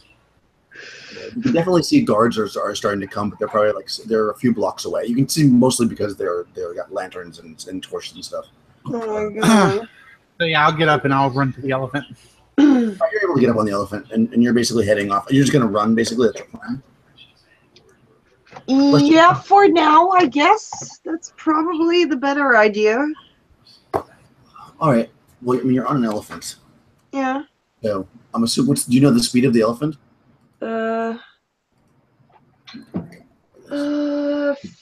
15. So. Versus the speed of a horse, because they do have horses. They just don't. It's going to take them a few minutes to get them. Horse.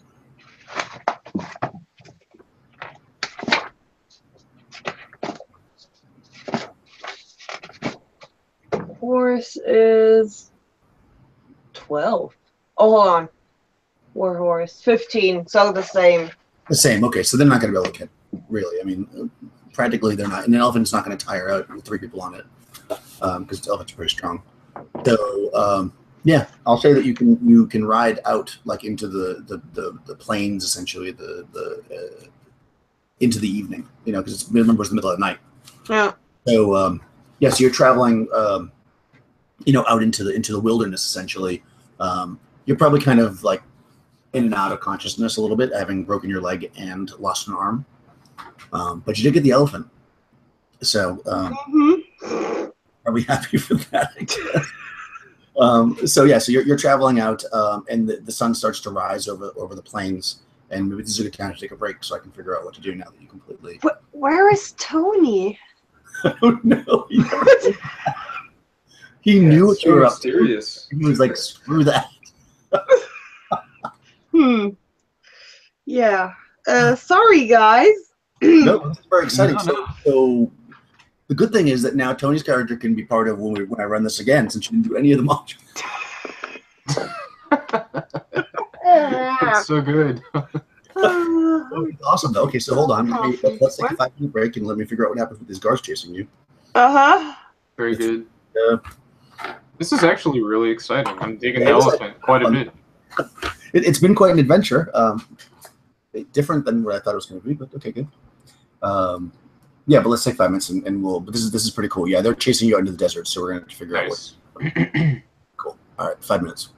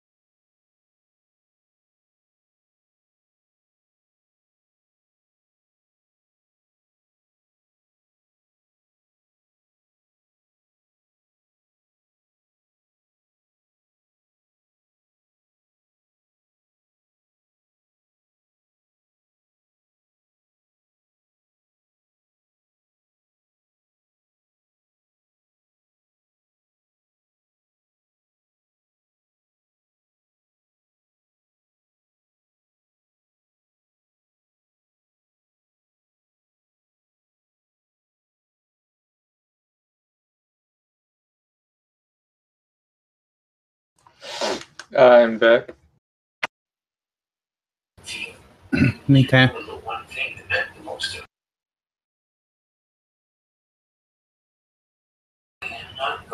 Can someone please explain to me again non-weapon proficiencies? Because I think I've messed them up again.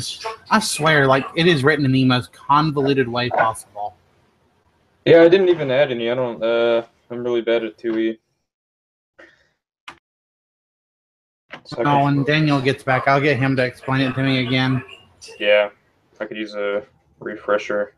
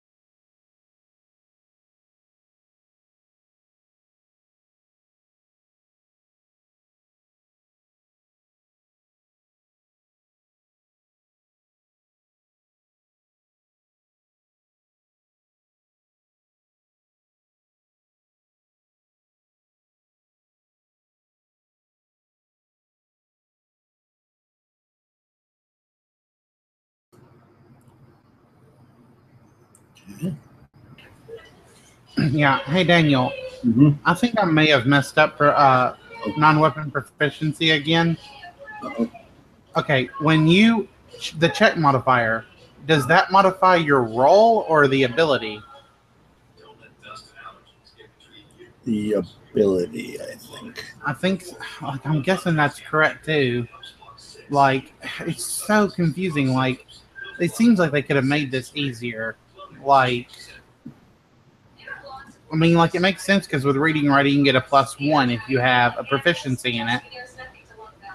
And, like, you know, but with spellcraft, you get a -2. So I guess there's a -2 to the ability. But but I put enough points in it that I get a +1. Because every time you put a point, you get one extra plus, like 1 + 1. Right, because it's difficult. When you get spellcraft, it's not just your ability. It's harder than just your int. That's Right. why. Lowers your int by whatever. So you need more points in it. That's the reason why, yeah. Because you're rolling against the ability. That is the one thing where modifiers, and a lot of times a lot of people are inconsistent, even myself, in like how I say it, which can throw things off. You should modify the ability. That's just the easiest way to do it. If you always think about it like that. So under your intelligence and lower the intelligence by 2 or whatever. I'm fine. Yeah. Or raise it, depending on how. You guys are back? Okay. Yeah. Eat an ice cream. Cool. Oh, really? Ice cream? You also have ice cream? Coffee God, ice I cream. hate you. Oh. I was going to get ice cream, but I don't want to eat one. Yeah. What do you think happened to Tony? Maybe this will be a mystery to find Tony's character. Yeah, I don't know. I don't know. Yeah, no, Like separate. he's not left any messages on Facebook, so Oh. maybe his power cut out or internet or something. Yeah. Yeah. Together. Well, I'm thinking now we're going to run this again, and like you guys will have to be different characters, obviously, because you'll be a group of people that he knows that he goes to meet up with to go finish this mission. That's so early. Like, he literally could have just gone to do it without you. Like, all this other stuff was going on. Maybe we can find him in the middle of it in some, predicament. Yeah, it'll be funny. So yeah, so you're gonna have to make some nasty thief characters so you can finish the So it's, I mean, if you want to do it. Anyways, we don't have to. Because literally, if this thing isn't done tonight, like tonight meaning in game time, then you can't do it. Because it all happens in one night. Mm-hmm. So That's right. out of that completely. But if we want to run this again, we'll have to be, can't be the same character, basically. Because there's a bunch of other stuff going on that you don't know about. But anyways. Yeah, so you are traveling out into the into the wilderness. It's pretty quiet out there. It doesn't seem like maybe they're chasing you very far. Probably for like the first hour or something, you thought you might have been able to hear them, but having a ranger in the party and, kind of knowing where you're going, you kind of maybe went off the road a little bit and you kind of went back on another road and you're making some good time. And Ava, you look up as you start to see the sun rising. You're looking up at the stars, for navigation or whatever, and you realize that you actually think like, I mean, you know kind of where you are, and that there's a witch, or some of them call her a hag,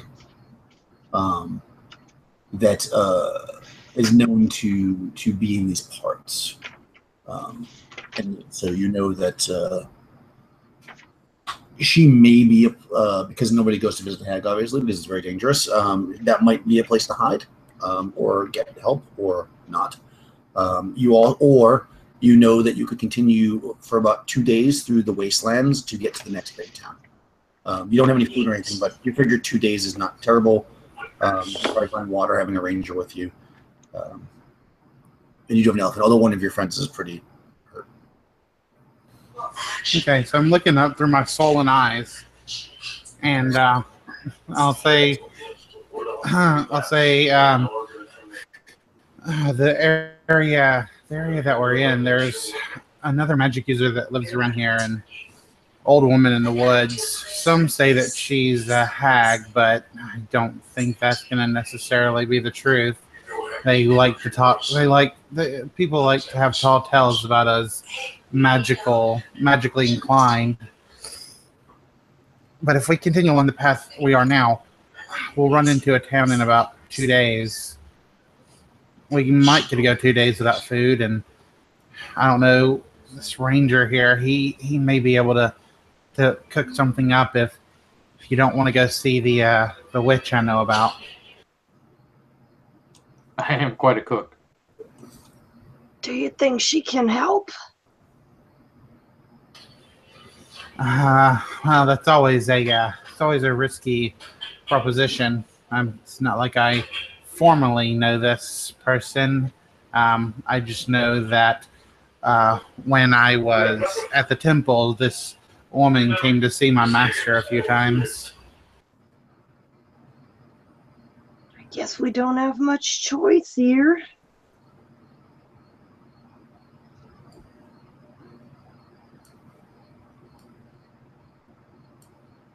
Considering that I brought us into this situation, I'll leave the choice up to you this time.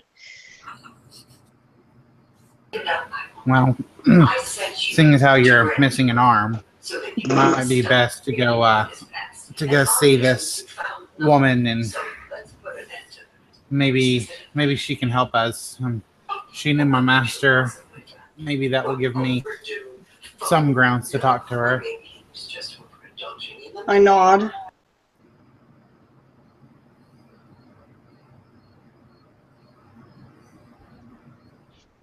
I nod as well. Okay. So you want to head towards the town or towards the hag? The hag. Okay. Right? Yeah. Okay. Yeah. So you know basically where you are. You use the stars to kind of navigate. Maybe you show, you explain to Rickard where it is, because once the sun comes up, it might be more difficult for you to see the stars or whatever. So he can probably. I have direction sense. Oh, and you have direction sense. Yeah. Look at you, and an elephant. I chose that from my non-weapon proficiencies. I know. I paid a point. I bet you did. Wow. I think we've all paid a point at this. Okay. It's giving you a hard time. Okay, perfect. Yeah. So between three of you, it's not going to be a problem locating this thing. So you're actually traveling The elephant is pretty hardy, so I mean it takes breaks, whatever. But it's moving right along. It's not really having a problem going, even though it was going all night. And about mid-morning or so you've been traveling maybe like another 5 or 6 hours. You crest kind of some hills, and you start to get into a bit more of a fertile land where there's more grasses, and you can see some small streams and stuff. And you can see off in the distance, a few miles out, the beginning of a forest, which is where you think this magic user lives. You head on. You're basically on plains, so while it's somewhat hilly, I mean you can pretty much see for miles. So it's not like you at this point you're pretty sure nobody's following you because of the amount of time and whatever. So you're traveling. Maybe you stop at one of the streams to get some water because you've been traveling all night, and you're heading off into the forested area. And you pretty quickly, once you get to it, you pretty quickly find the paths that lead towards where this magic user supposedly lives. And when you follow them, you end up in kind of a clearing where there is actually a small house. You can see that it's got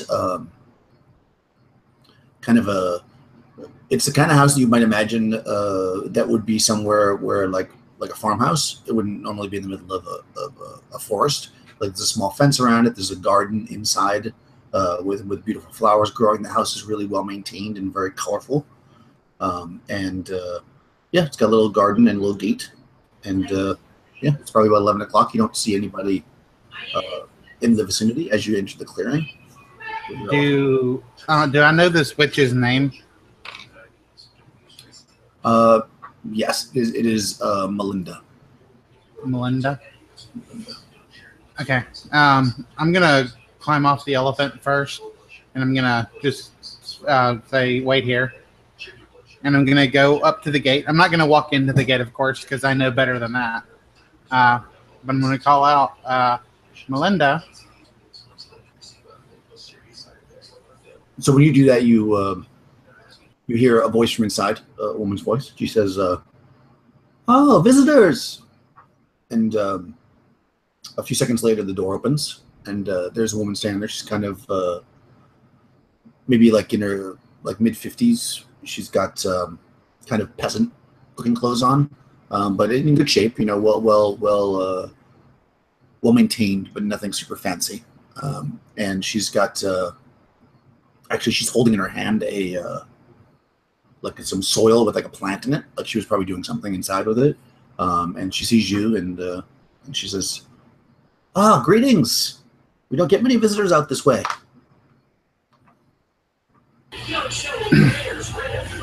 Yes, I'm sorry to disturb you. I don't know if you'll remember me. My name is Ava Changa. I was a priestess at the temple of Ouijas. You knew my master, I believe. I've seen you in there before, Jaden. Ah, yes. We had been exchanging recipes, so to speak. She steps out, and she kind of walks over into the garden area, and you see now where she walks over, there's a patch where there's holes like dug in the soil, and she kind of puts this plant into the thing, and she fixes it into the ground. And she looks at you, and she says, where did you find such a magnificent beast? It doesn't belong to me. It belongs to the one-armed woman riding it. One-armed woman with one leg, more or less. It's been a very long night. Yeah, I guess at some point you probably splinted the leg using like one of your javelins or something. So she looks at you and she says, such creatures are rare in these parts, to say the least. Last time I saw one was in the Grand Circus. Well, I don't want to age myself by telling you how long ago that was. Well, you don't look a day over 18. Oh, thank you. I try to, eat well and, work out. Well,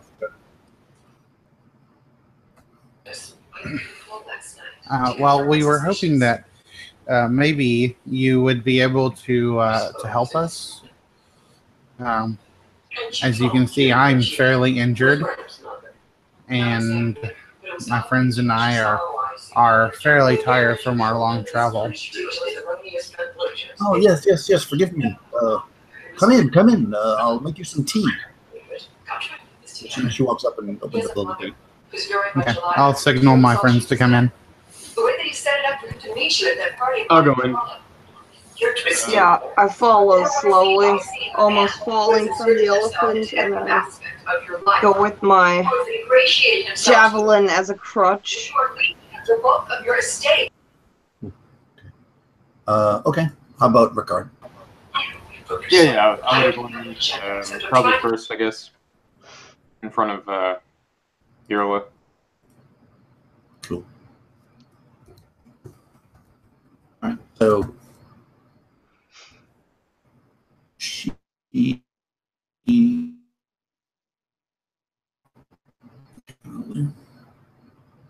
All right, good. So she ushers you in, and then when you come in, she closes the gate behind you and walks into the house, and beckons you to come forward. Okay, I'll do so. Okay, cool. So you step in. It's a pretty. The first room you walk into is kind of it's kind of like an indoor gardening room, like a planting room. You can see that there's like a large table that has a lot of small plants on it. It's growing in little pots, and she's got like little what looks like an alchemist might use. That's got all little tubes and stuff and vials going into the various different plants. And she kind of just walks past that area and brings you into what is a kitchen. And you probably get the sense as you're following her in that the house itself inside seems way bigger than it is outside. Like, I mean, that first room seems like it would have been the whole house, and you walk into like a large kitchen area. And just as you step into the kitchen, the teapot starts to whistle. And she says, and then she This is such a lovely place. I could only wish to know as much about magic as you obviously do. I mean, just by your home, I can tell how gifted you are. Oh, well, thank you. This old place, I just try to, maintain. She gets the tea, and she starts pouring tea for everybody. So how can I help you? And she gets some biscuits, and she serves it with the tea. Well, if you could provide any aid to my wounds at all, that would be very much appreciated. It was under extreme and urgent circumstances. Oh, I see. Well, it could be that. There are such drinks that revive the soul as well as the body. Do you believe that would help my friend here? I say, motioning to Maria's character, who I can't remember her name. Urla. Yeah. Well, it will not revive her arm, if that's what you're asking me, but it could strengthen her, so to speak. However, these things are not easy to make. And while I do have some, it would be the last that I have. I would need for you to recover me some ingredients so that I could make more. Yes, I understand that such things are not simple. So, of course, I'd be willing to gather, and if we can, we'll bring you extras as well.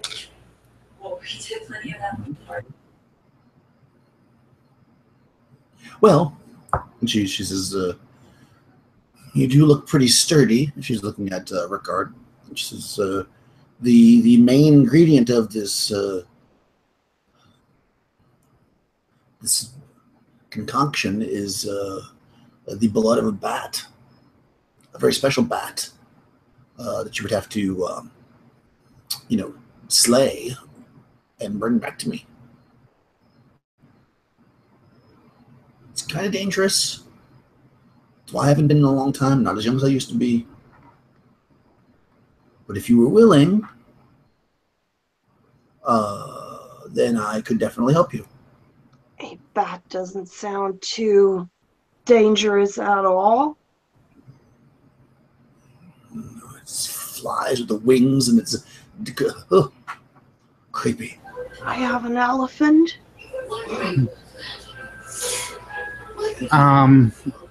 Would you be willing to allow us to rest in your home so I could get my spells back? Being a magic user yourself, you'd understand how important that would be. Oh, sure. You could spend the night if you'd like.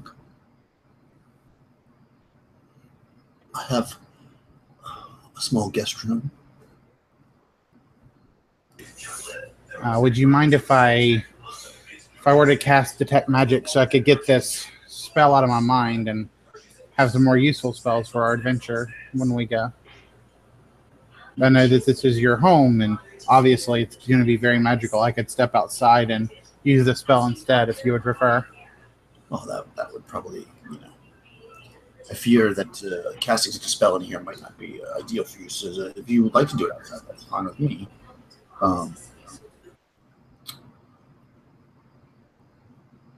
Go for it. So then she looks at Irla, and she says, let's see. And she goes over to the cabinet. She pulls out some sugar, puts it in her tea, and then she pulls out another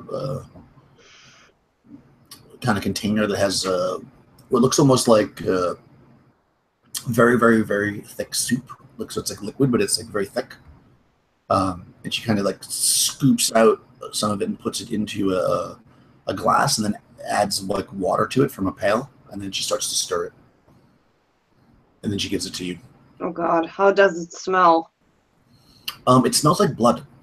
Oh great. Mm-hmm. You smelled blood before, so it smells kind of like blood, but also like a little bit spicy. I'll look for a moment to Ava, and I mean, I don't have any choice here, so yeah, I drink it cautiously. Oh, you drink it? Okay. So wasn't I supposed to drink it? Yeah, no, that's what you're supposed to do. Okay. All right. Okay. Actually, it was a compository. I hate you. All right, so you're actually healed for 9 hit points. Ooh. Okay.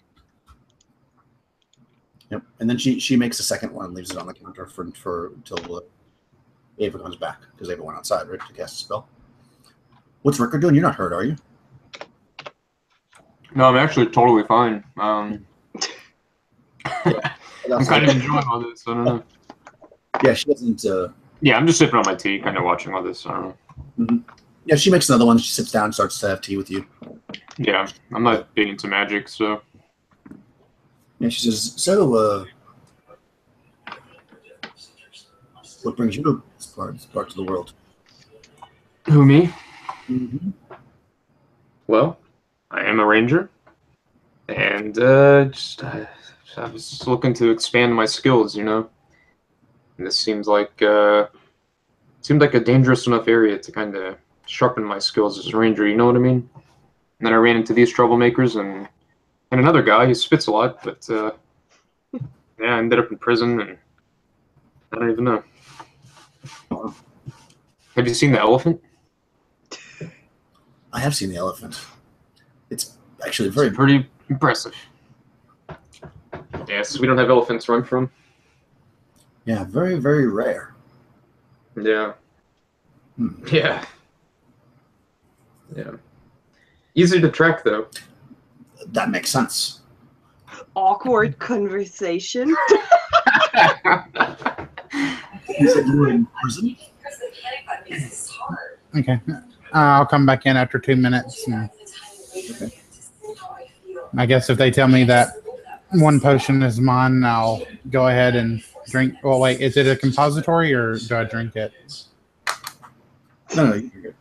Okay, so yeah, I'll drink it. You are healed for 5 hit points. Oh well, that's just enough. So yeah, so this thing heals you. It says, so I need, well, as many as you can get, but I mean, I'd like to get, just to replace what you used, I need at least 2 bats. I do promise to bring you back as many bats as possible. How big are these bats? Spells work on them, or 2 feet wingspan, like that. okay?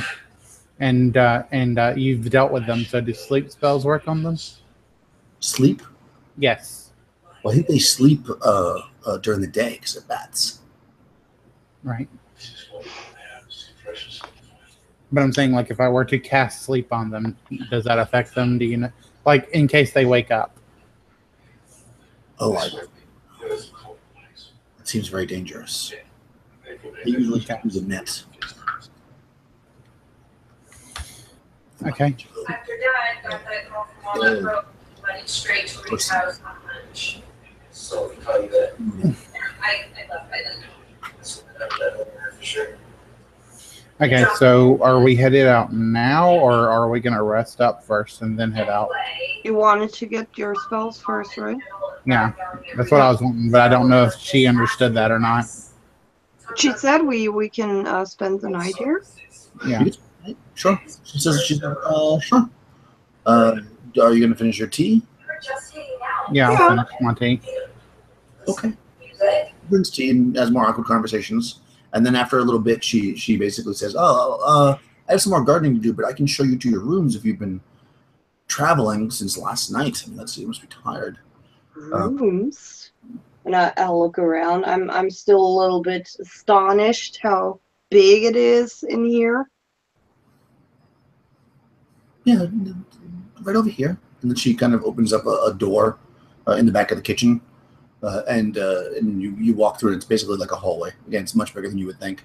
And there's she walks down to the first door and she kind of swings it open, and there's a small room in there. It's about 10 foot square. But I mean, again, it's still big considering the size of the space. It's got it's like a little cottage room. It's got a little bed in there. It's got a little dresser. Has a window with a shade. And she says, one of you can stay here. And she goes out to the next one. She opens it up, and she does it for 3 of them, and they all look the same. And then she says, I'm going to go to the garden. If you need me, just call. And then she walks up. Before I collapse, I go out to the elephant first and take care of him. And I specifically make clear in my mind that he's not supposed to walk into the garden. Okay. And such. He's probably sad as he realizes what he's not supposed to do, but yeah, we all have to make sacrifices here. Yeah, there's like and you didn't even notice it at first, but when you walk out there, you notice it's like a small, kind of like it's not really a pond. It's like the river is coming, or the stream is coming by. It's creating like a small area where there's like a wider area of water where there's a lot of plants that grow in the water that an elephant could eat, and the elephant is eating from the plants. Yeah, I show him that. Yeah. So yeah. So the elephant does not go into the. Good, and then I collapse. Okay. Yeah. So you're able to sleep. I mean, if you guys want to rest, you can rest up until you can sleep all the way till the next morning.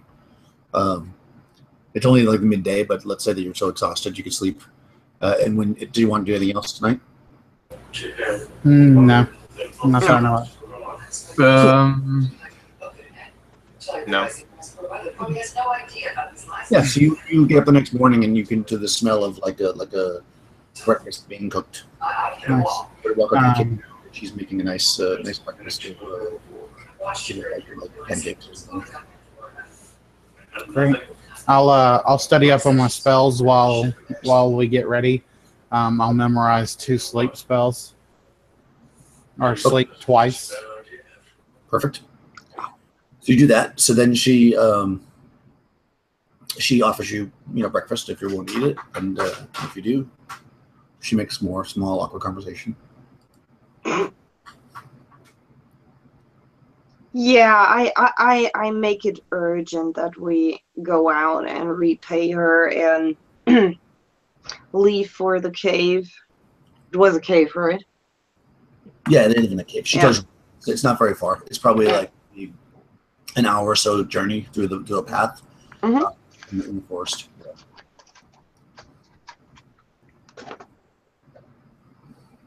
Come on, let's hurry. Okay, so yeah, we'll go. Cool. Look at this. Got my map. Okay, yeah. So you head out, and you're basically traveling down the forest, and it's typical kind of forest stuff. You maybe see some deer, although probably nothing's coming too close to you if you're taking an elephant with you. So yeah, you're motoring along through this kind of small path, probably making the path a lot bigger than it was because you have an elephant. But moving through the forest, and as you're kind of coming close to where you think it should be, basically based on her description, you actually see a body on the path. You see basically somebody face down on the. It's not the spitter, right? No. I mean, nothing you can tell anyways. He's face down. I turn back to the others, eyebrow raised. Could be a trap. You think everything's a trap? Don't worry about it. Well, do you want to go check that out for us? I'll ask the ranger. Of course, let me. Okay. Yeah. So if you jump down and walk up. Yeah, I'll hop down and go. Yeah. If you walk down to this body, as you get closer, you realize that it's kind of small, if you will, and when you kind of roll, probably like a teenager or was a teenager. He's been dead for a little bit now, for sure, and the body is like completely like dried out. Well, yeah, but it's definitely like shriveled up like a prune. I'll kind of take my bow and just tap at the body with the bottom of it. Maybe roll it over or something. Do I notice like maybe how this body died, like what caused it, or anything stand out? Sure, yeah. So you're examining it, and you can see, well, it's definitely very like shriveled up like a prune, like I said. Yeah. As you start to look around it, you see there's some small holes in its clothes, and you kind of turn as you look at it, and you actually see there's lots of small holes all over the body. Ah, interesting. Yeah, I'm definitely not going to touch with my hands, but I'll turn back to the others and say, there's lots of small holes on this body. I'm thinking it was some kind of trap. Oh, really? Perhaps poison. It's been out here for a while, I think. What kind of trap? Not the good kind. If there could be a good one. I don't know. The kind that shoots poison, probably, I assume. I don't know. I'll look over my shoulder to Eva. Well, I mean, did you tell us that it's drained of blood? Yeah, I think I would lay out any details. Well, we're after bats, right? So it's possible that these bats drained it of blood, this body of blood, correct? Oh, that's a very good observation. Are you sure you're not a ranger? Well, you said that there were holes in the body, and yes. Well, we're after bats. Actually, I have animal lore. Maybe very large ticks. If I get closer to the body, can I check if those holes were actually made by some kind of bat? Sure. But you have to get off the elephant, obviously. You what? You have to get off the elephant, obviously. Yeah. I mean, it takes some time, but What's your yeah, I made it. Yeah, it looks like that it was definitely done by an animal, just by the nature of it, you think, but more likely something like a giant mosquito than a bat, because it doesn't look like it's like little bites near each other. It looks like a single hole. So it almost looks like a mosquito, except for the fact that it's. I'm meting the shit out of this. We got to get out of here now. I am not dealing with sturgeons. No. Yeah, so I will say not deal with sturgeons. I have a good news and bad news. It's not a bat. It's a mosquito. How big would I think is that mosquito, considering the size of the holes? Like a foot and a half, 2 feet mosquito. Holy crap! This lady said it is after sturgeons. Well, Maybe she wants us dead, you know. I don't trust those magic types. No offense. Okay, all right, sorry. Yeah. Not bats, you say? It's weird.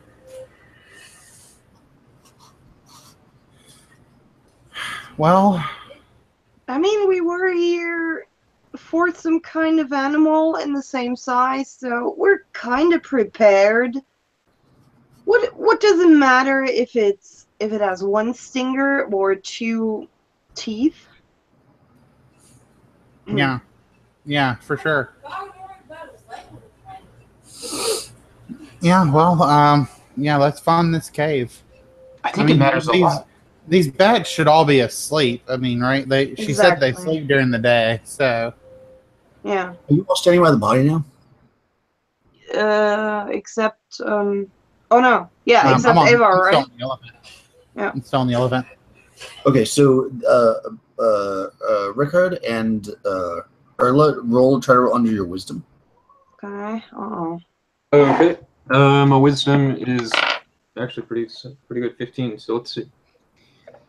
I rolled on. Oh, I got an 18. Cool. Okay, so you didn't see.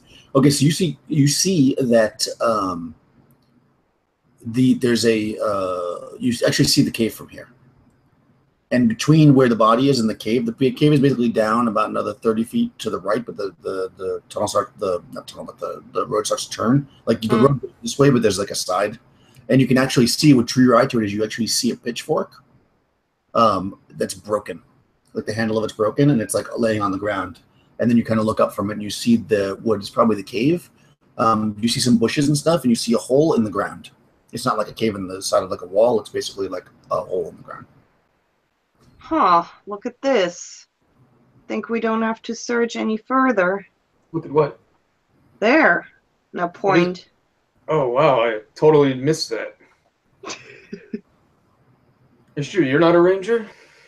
No. I'm a beast rider. Perhaps you can teach me in your ways.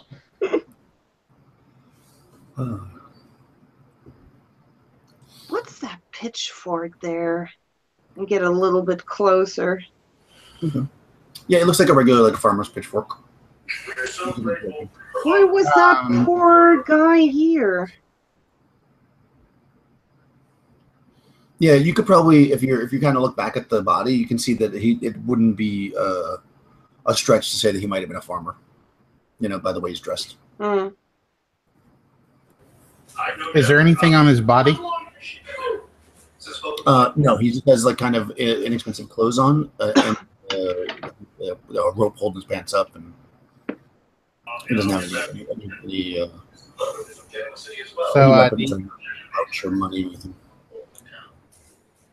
Do you guys need me to get off this elephant? Did you find something?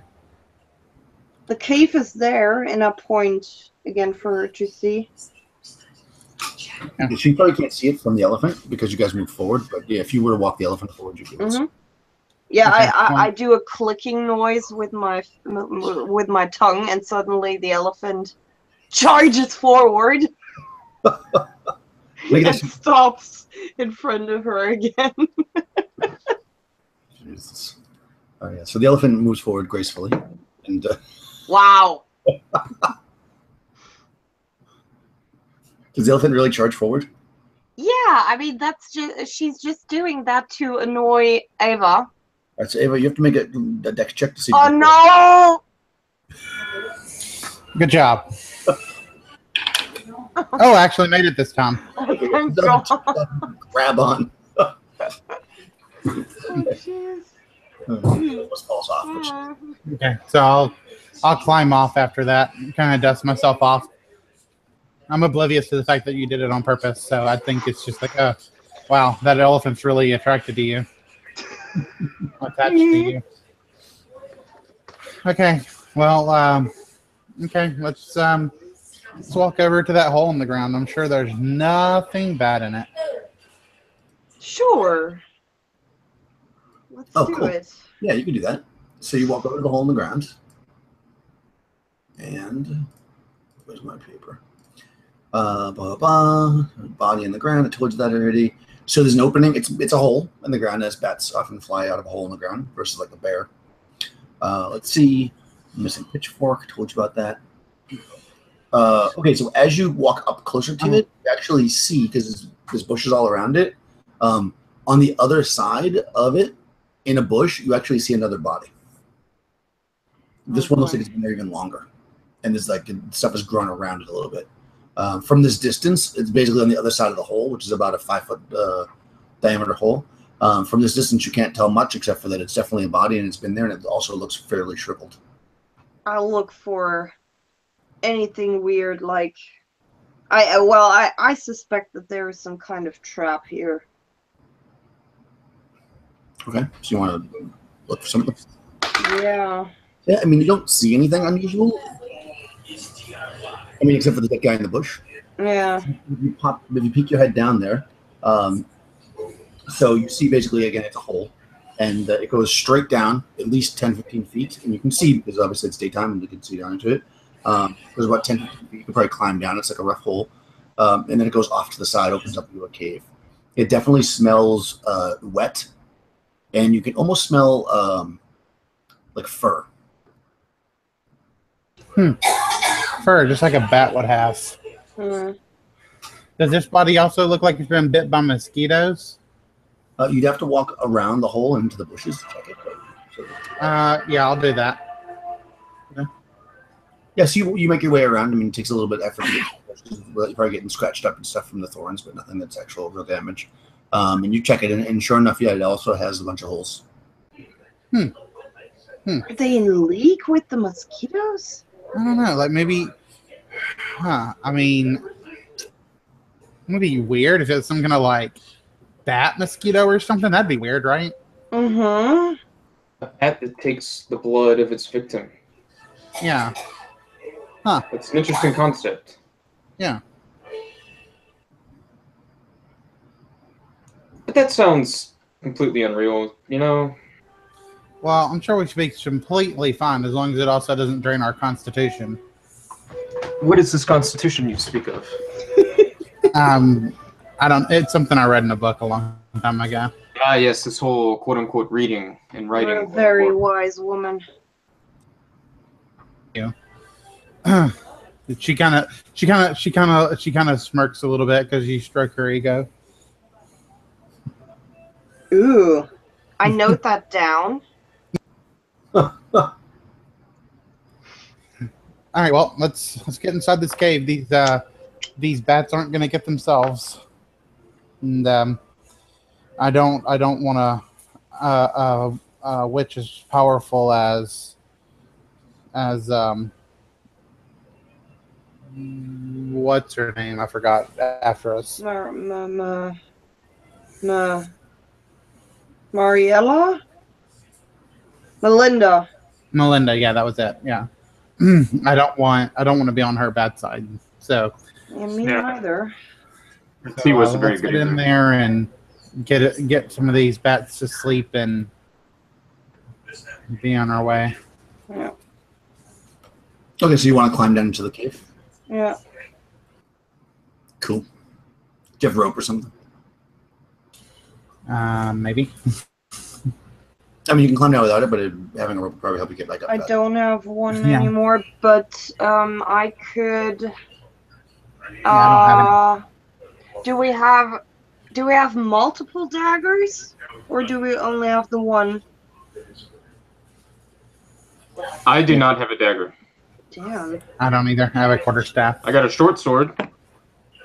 So if I would go first and make some indentions into the wall with the dagger, or is it stone, pure stone? No, it's kind of like it's rocky dirt. So yeah, you could do that. Yeah, so I would go first and make some handholds for them, that they have some better. Yeah. Okay. So roll your mountaineering. Because that's my climb then. Okay, whatever it is. I just want to see how well you do. So Yeah, I rolled a 2. Oh, well, that's fantastic. Okay, cool. So you're gonna get. Normally, it would be what, 40%? You said to climb. Mm-hmm. So I'm gonna. And what's your mountaineering supposed to be? 15. 50, but hold on, there was a list for that. Let's see if I can find that a little bit fast. How it's modified then. I hear abundant handholds, like brush, trees, ledges is plus 40, rope and wall plus 55, sloped inward plus 25. All right, so I'll give it plus 40. So that's good. So Okay. 80%. That's to climb back up. I think climbing down is not really a big deal. It's not that far, so you can easily climb down. Okay. Cool. All right, so you climb down, and you're kind of you get down first and you make your handholds, and maybe everybody's climbing down. You see that you have to kind of like duck a little bit. It's not quite to human height at the bottom. This hole that the bats fly out of. So, but once you kind of poke your head in there, you can see that you're looking into a large dark chamber. I mean, some light is coming in, but not a whole heck of a lot. And it looks like it's probably at least 30 feet-ish, if not more deep, and pretty tall, because it's kind of like a little bit of a hill, so it comes a little bit taller than from where you went in. So you figure there's at least 20 feet. So you've got 20 foot tall. You don't have, nobody has vision because you're all human. So you can't really see much in there. It's dark. I mean, you can see a little bit of light flickering in. You can see that it's a big space. Let's see. Do you have another torch? I don't have any. Damn. Well, the one from earlier, couldn't you have saved it?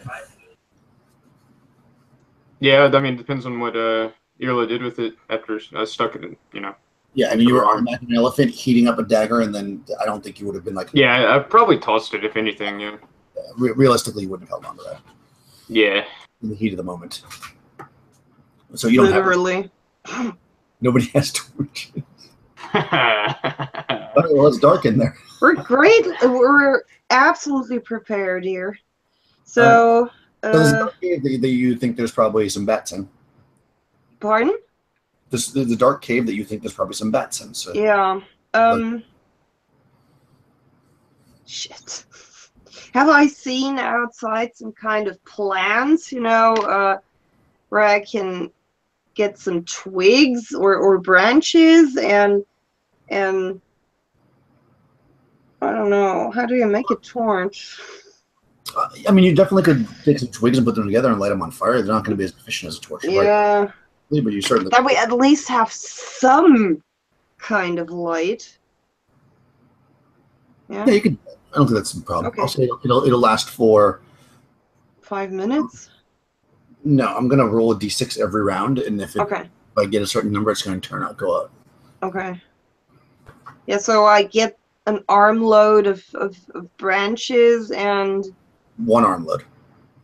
And I'm binded with my rope. Oh, no. I used my rope. I enjoy that you're watching her do this with 1 arm. Oh, shit! 1 arm and a broken leg. Oh, God. This is very impressive, Irla. I'm assisting her. Thanks. I don't even know how you Yeah. climbed down. I just realized that. That's okay.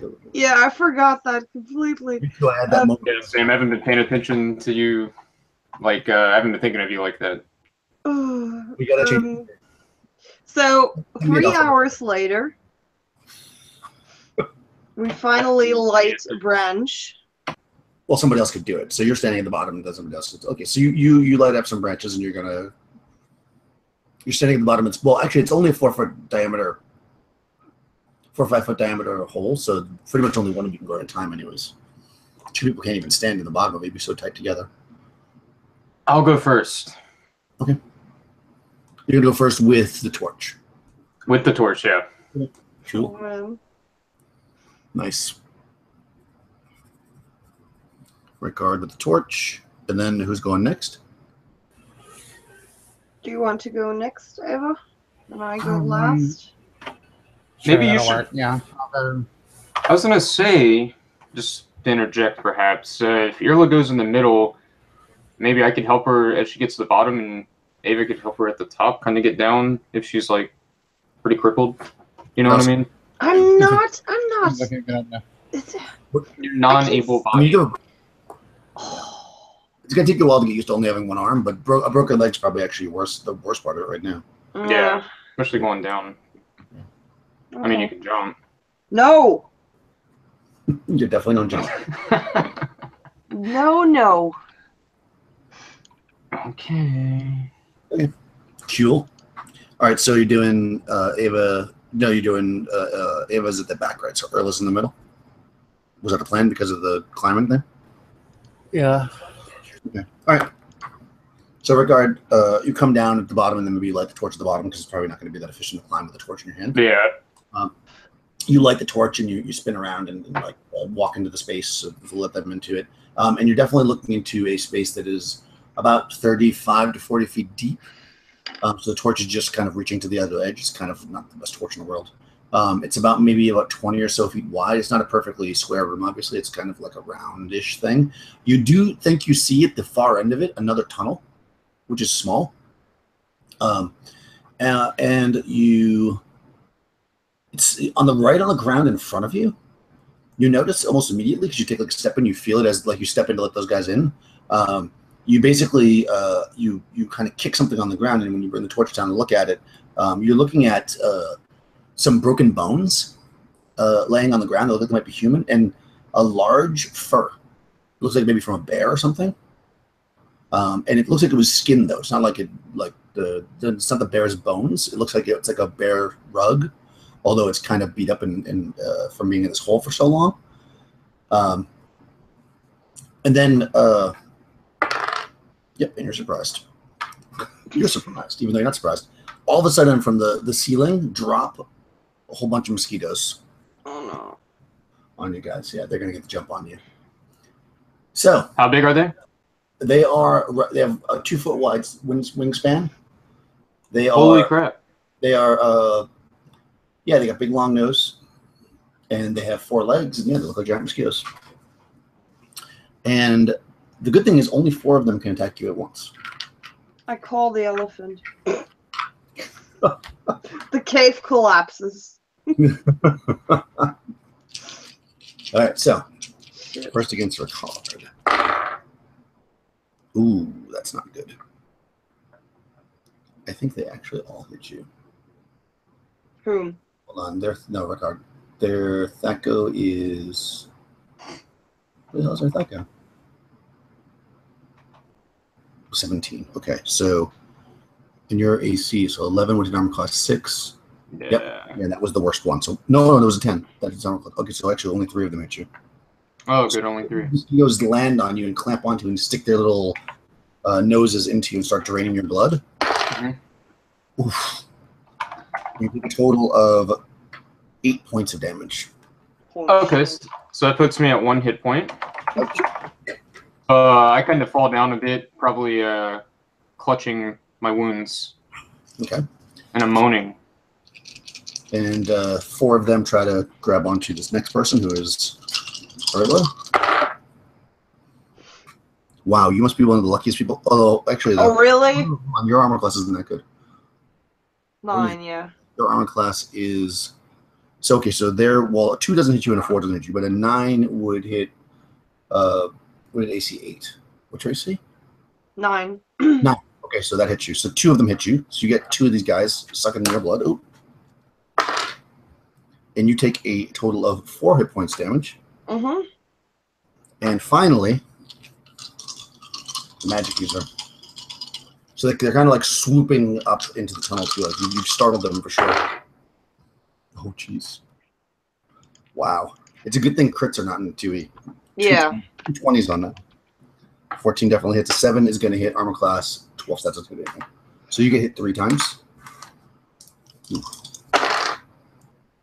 4, 3, and 2 is 5. Plus 2 is 7 points of damage. Jeez. That's exactly enough to bring me down to 0. Okay, so you take no damage and instead roll a d6. So that's good. 1. Really? Mm-hmm. No effect. Wow. You take no damage. It just doesn't affect you. They cast a sleep spell on me, and I am on the ground asleep. Yeah, no. So they're still on you. You just don't take like damage for whatever reason. Who knows why? Because of fate, basically. Now, No, it's because it's a fucking scourge. That's why I don't take damage. What? You don't take damage because of the. I said I don't take damage because it's a scourge. I know exactly why I don't take damage. No, you don't take damage because of the chart. You would have taken the damage and been dead. That. Yeah. Okay, never mind. I was thinking of something else. All right, so Rickard, let's roll initiative for this one. So D10. Okay. Not so fast this time. A 2. Okay, you go first. So yeah, you've got basically 3. I think it's 3 on everybody except only 2 on Erla. So 3 on Rickard, 3 on Ava, 2 on Erla. There's actually a total of 12 of them, but those are all the ones that are attached to you. Okay. Could I just try to swipe one with the sword? Yeah, sure. Yeah, just doesn't matter which one. Whatever one's biting me at the moment. Okay. Plus so a 10 total. I don't think that'll hit the. Their AC is. Oh no, just actually no. A 9. I don't have any hit bonus. 2 hit bonus. Oh, okay. A 9. AC is 8. So no, that's not going to happen. Okay, damn. Not even. Yeah, you hit armor class 11. If that goes 19. Yeah. Okay, how about the rest of you? How about Erla or Ava? Who wants to go next? You want to go first? Shall I? Wait, so I take absolutely no damage? No. Yes, you take absolutely. So I still have 7. Yeah, that's only because Daniel's using his crazy table. Yeah, you don't take damage. Oh, I thought I still would have 0. I just wouldn't have any extra effects. No, that's I thought I because would you still rolled have the 7 1. wounds. Because you rolled the super cool.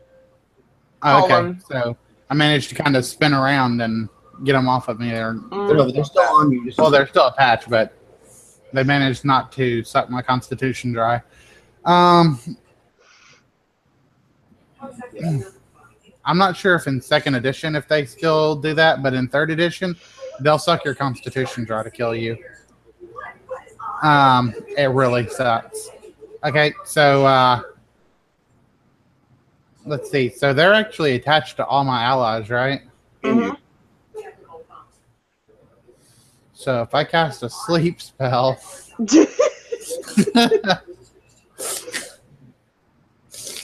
well, you know what? Erla, you're already kind of a liability here. So casting sleep with her as the center target. Wow. Just to try and get 4 of these things asleep. Well, it's going to hit all of you. 30 feet from the creatures within 30 feet of each other from the center. Oh. Yep. Okay. Awesome. Cool. All right. So you're casting sleep. Nice. So it does 2d4 hit dice of monsters. So go ahead and roll 2d4 and tell me how many hit dice it puts to sleep. Hold on, is that it? Only 2d4? Yeah, it doesn't go up by your level. Okay, yep.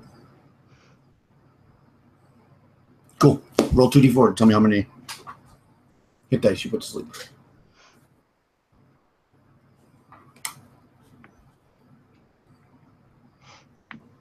You're muted. No, oh no, you're gone. Oh. Oops. She was like done. All right, I'll just roll it. No. All right, well, since you guys are all second level, it goes by hit dice, so lowest hit dice first. She's back. Yep. Okay, yeah. Sorry, I hit the wrong button. I actually got 2 4, so 8. It puts 8 monsters to sleep. Nice. 8 hit dice worth of monsters. Okay. And everybody's on second level, right? Yeah, and it will put to sleep the lowest, Gotcha. the lowest 8 hit die first. Yeah, no, it'll work. So yeah, they're 1 + 1, so they're considered 1. So they will. It'll put together. So the 4 that are on Murilo, and then so there's a total of 8 other ones, and it's going to put 4 of them to sleep. So I'm just going to roll randomly to see which 4. So the first one is on record. Second one is on record. Third one is on record. Fourth one. Okay, so you don't put together to put sleep any of the ones on you. You put together all the ones on record and Ava and Erla, but the 4 on you are still up. Oh, thanks. That's All actually the ones on Erla and Rickard are asleep, and all of mine are not. Okay, I'll tell them. I'll tell them like, don't kill the ones on the floor. We need them. Yep. So yeah, so they're still like attached to you because they clamp on. So, but they're asleep, so they're not draining any blood. So you have giant mosquitoes on you for some reason. You can pull them off if you want, but otherwise they're just on you right now until they wake up, which is going to be a while. Actually, I don't know how long that is. Let's look that up. But go ahead and make an attack, I guess, earlier if you want. Yeah. So I'm assuming you want to attack over the 4 that are on. Yeah. What's their AC? 7, did I say? 8. 7, 8, 11. Oh yeah, I hit them just barely. Cool. What did I roll here? Jesus, hold on. Emily, D6, 5 damage. Oh, nice. That actually just kills one of them. Perfect. Yes. So hold on, let me just make sure I'm keeping track of this. So 5, that kills him. Let me just roll all their hit points right now.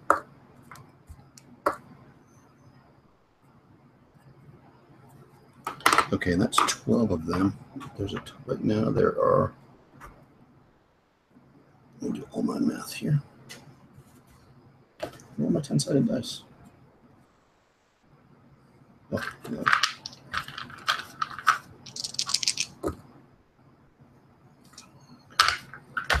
All right. So that leaves. Okay. Cool. All right. So, blah, blah, blah. You guys went first, right? So now they get to go. So there's 3 that are attached to. Oh, you know what? Let me roll randomly to see if you killed the one that was actually a drawing from her or not. Here's my D4. The one that wasn't drawing from her is going to be number 1. 3. Okay, no. So you killed one of the ones. So 2 of them are drawing from you naturally. So, Ava, so you take 1d4 points every round from 2 of them. So 2d4.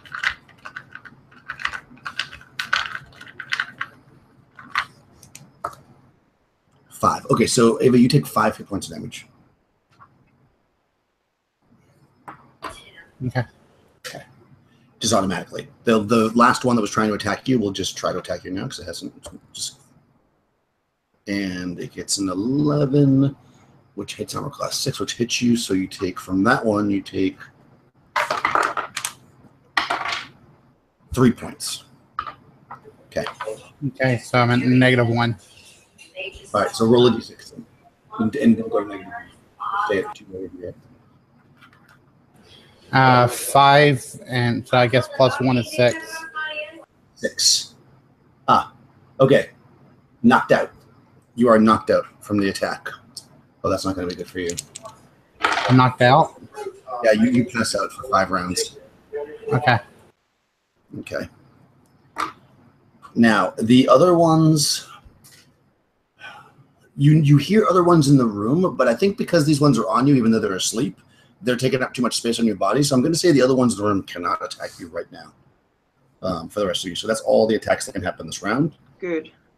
So we'll go, but you basically have these things stuck on you. They didn't like fall off. Mm-hmm. But they don't drink. They're just not drinking, yeah. But the other ones don't know that they're not drinking, so they're not attacking you. Mm-hmm. So initiative, Rickard. Okay, here we go. What's my D10? An 8. Okay, they're gonna go first. Okay, so all right, the ones that are on Ava are gonna keep drinking. So how many hit points have you got? 2?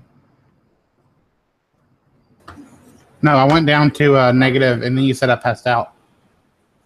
Right, but you don't when you take one of these effects, you don't lose. Oh, okay, yeah. So I have 2 left. Yeah. All right, so the first one tries to drain you, and he does 2, which would bring you to 0. So roll a d6. So again, stay at 2.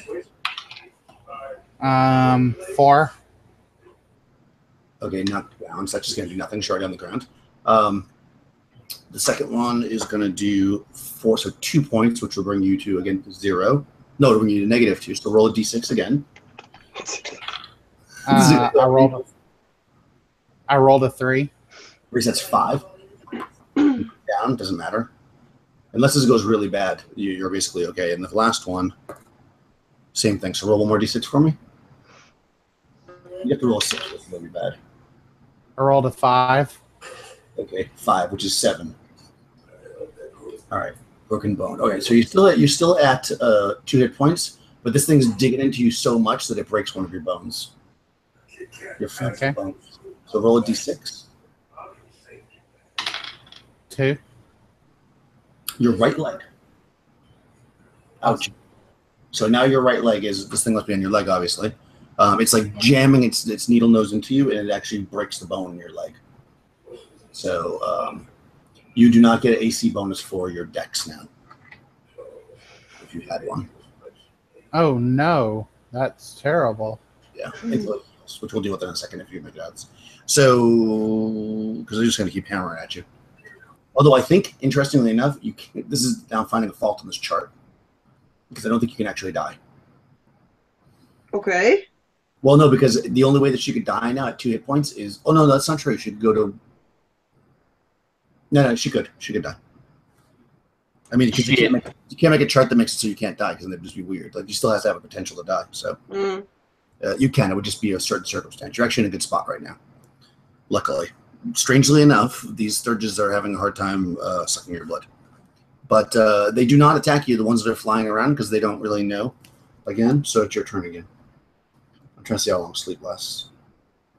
Weird, like, thing going on right now. You don't know that you're... So, what's my wounds at right now? I'm confused. Your wounds are at...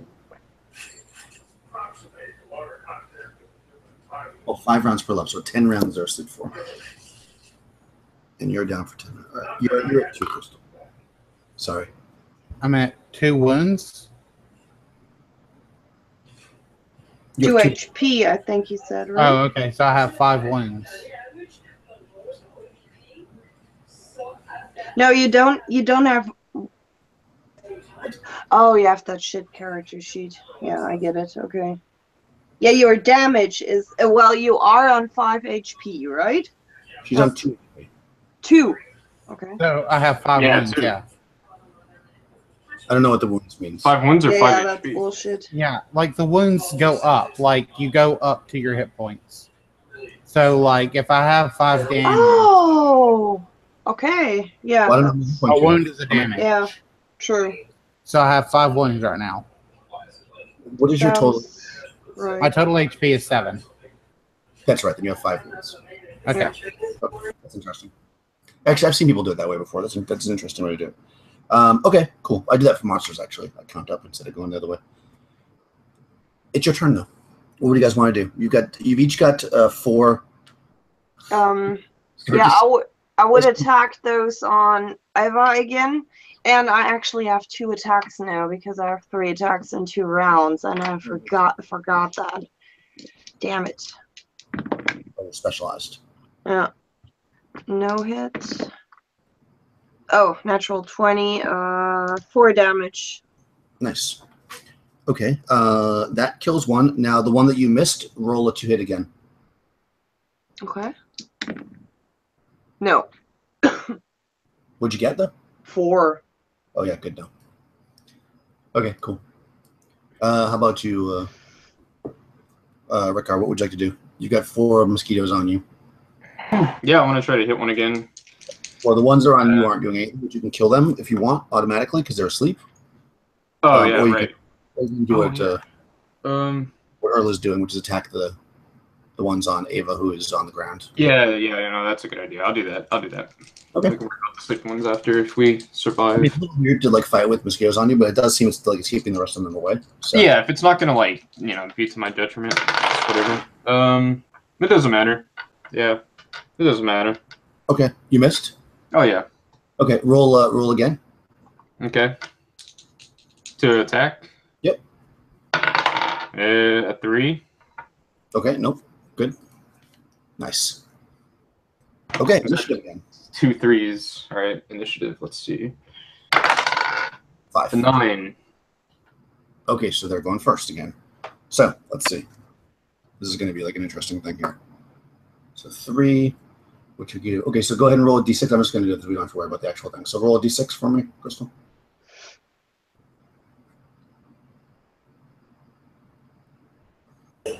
Six.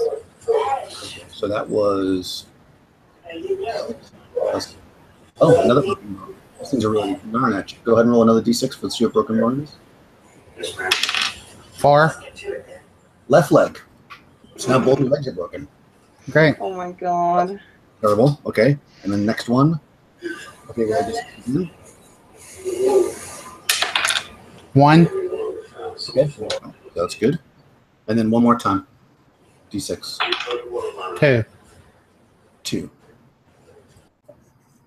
Good, perfect. So good. That's all that happened. Well, that's all that happened. Both your legs are broken. And I guess because you're on the ground, they're not knocked out. I don't think any other ones would add, even though you've killed them. I'm going to say they won't because you're basically there. So go ahead and attack, guys, if you want. There's 2 more sucking the blood out of your friend Ava. And the ones on you are still asleep. Okay, I attack one of them. Now I have 1 attack for this round.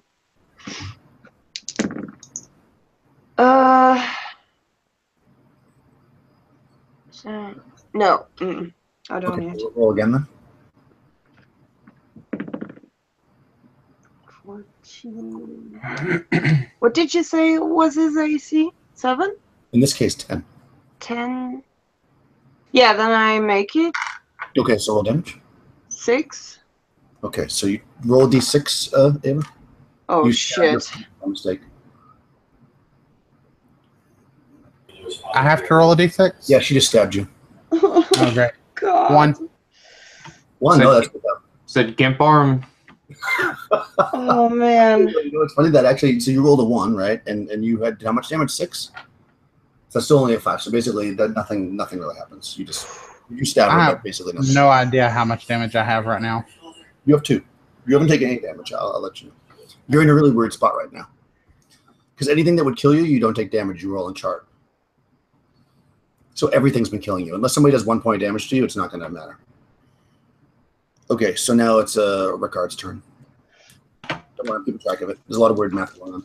Okay, I'm going to go ahead and try to attack another thing on Ava. Top secret again. Do what? I'm getting prepared for top secret with all the weird math. Oh, gosh. Yeah, I got another 3. That's 3 3s in a row. Nice. So roll again. See if you Okay. hit. 12. Which would that go? 19? I think you do it, or then. Ah, God. Yeah, so roll damage. Yeah, I already rolled that. So plus the 2. So I think the sword's a D8 if I read that correctly. A regular sword. So, Let me check really quick though. what kind of swords? Equipment list. Just a small sword. I don't know. Short short sword. Oh, short sword. There we go. 1d6. I'm retarded. Short sword. Dumb. I was looking at the just sword. I didn't read any of the massive list of swords under that. Thankfully, I haven't hit. I don't think with the sword yet. So the real damage, 5. Wow. 5. Perfect. That brings you into -3. Roll a d6. Me? No. No, Crystal rolls them.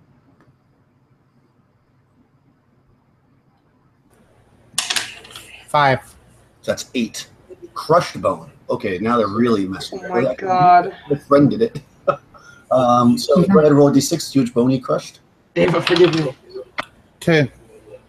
Right leg. Okay, so it's no longer broken. It is now crushed. Great. Nice. Yeah, you're basically getting hammered on while you're on the ground. Wow. Okay. Now do you guys understand why I didn't want to take on Sturgis? Uh-huh. Now, the blah, blah, blah, you made your attacks. You went first because you had lower initiative. Now it's their turn, so now I got this whole weird convoluted thing again. So go ahead and roll a d6. Crystal, what you going to do? You're just going to keep getting beaten up until you roll exactly the right thing that either kills you or not. Just roll 3 and tell me that. Okay, so 4. Okay. The other 2 are a 5 and a 6. Okay, so the 5 and 6 are nothing. Okay, so the 4. 4, 5, 6. So you broke again. You got another broken, and you got a crush. No, you got two broken. Roll d6 for me. 2 broken. A 2 and a 2 and a 4. Oh, your legs again. All right, so your legs just getting. Oh my These god! things really love my fucking legs.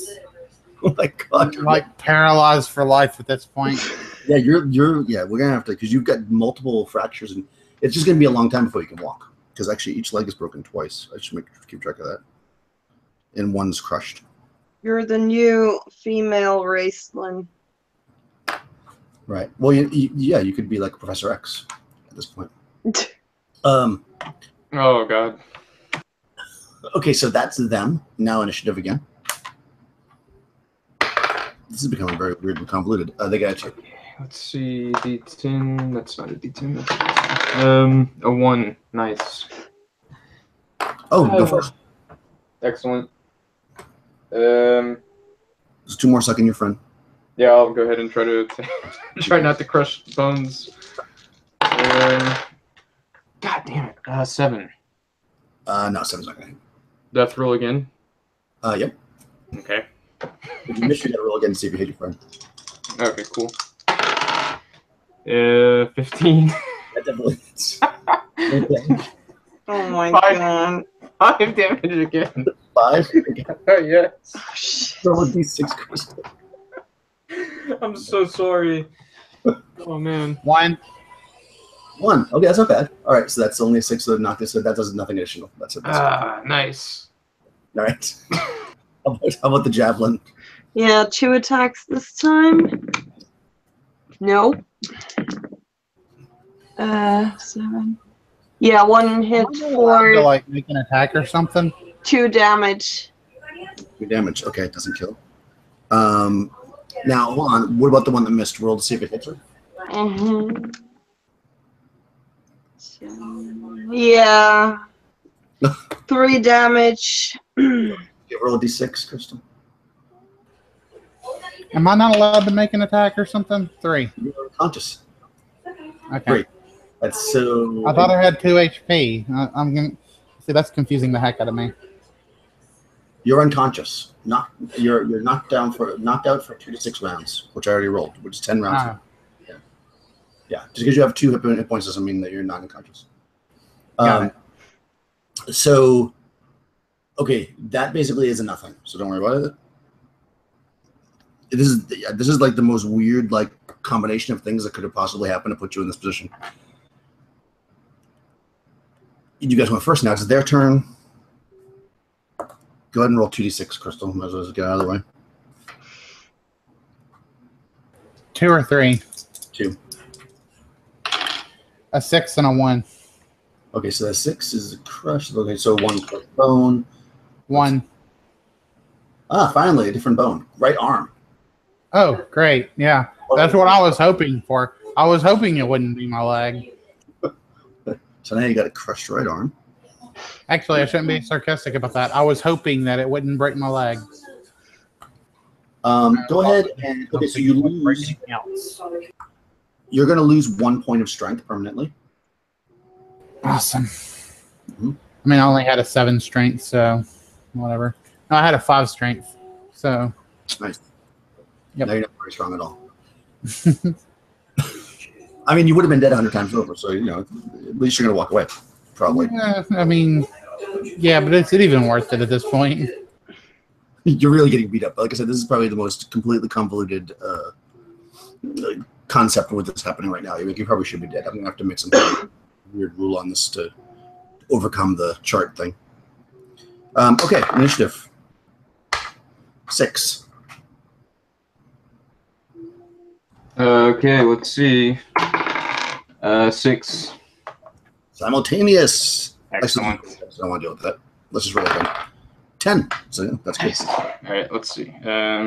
See if I can't top that. 6 again. Nice. All right, you guys go first.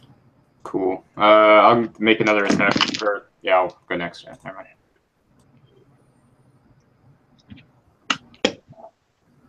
I hit 1 for 7 damage. Nice. Dead.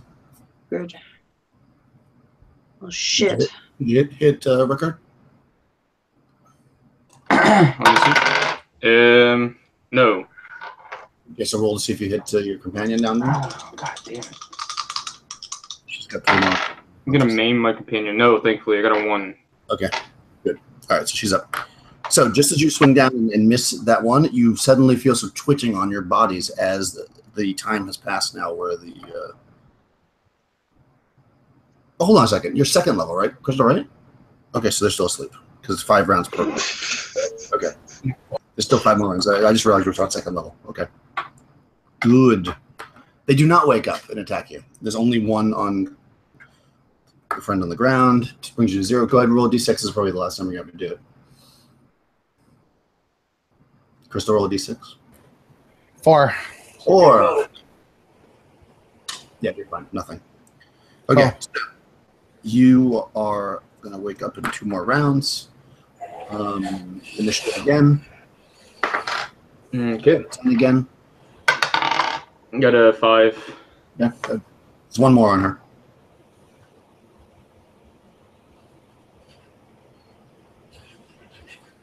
Does somebody want to kill the one on Ava? Or Yeah, go for it. Let's see. Or, yeah, you can go. Oh, yeah, definitely. okay. 18 on the die. 5. Nice, that kills it. Okay, they're all Thank dead. God. Whew. Okay. Did you get to attack this round, or that was last round? Oh shit. No, I think 1 this time. Yeah. Okay, so you can kill the ones on you if you want automatically. Just Oh yeah, I will. Okay, so Rigard, you can kill. No, we need them. What? We need them. We're supposed to be bringing them back. It's the whole reason we came here. No, we need the bats. You need the blood. What? Anyways, you're asleep, or knocked out rather. The Rickard, do you want to kill ones on you, or there's some flying around still too? I will say that you probably realized that them being on you is keeping other ones off of you, but you can easily kill the ones on you without having. Yeah, I'll just kill the ones on me definitely. Okay, so you can kill 1 on you automatically. Okay, cool. Okay, there's 4 on you. Because there's only you only need to bring blood from them. You don't have to bring it back alive. Okay, so just so you know. So boom, that's this one. Oh, that's you being unconscious. I'm like, what is that? Okay, you're only unconscious with Moron, by the way. Cool. Next round initiative. 8 on their side. Okay. A 1. 1, so you get to go first. I'll smash another bug on me. Okay. What do you want to do, Erla?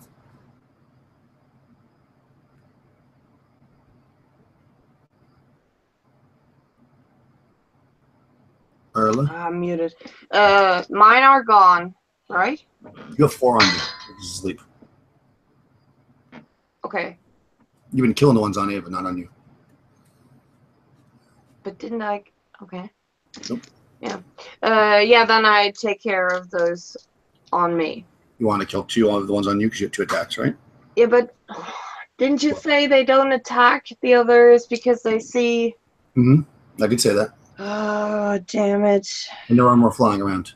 Yeah, I pick up Ava. No, I don't pick her up because I can't.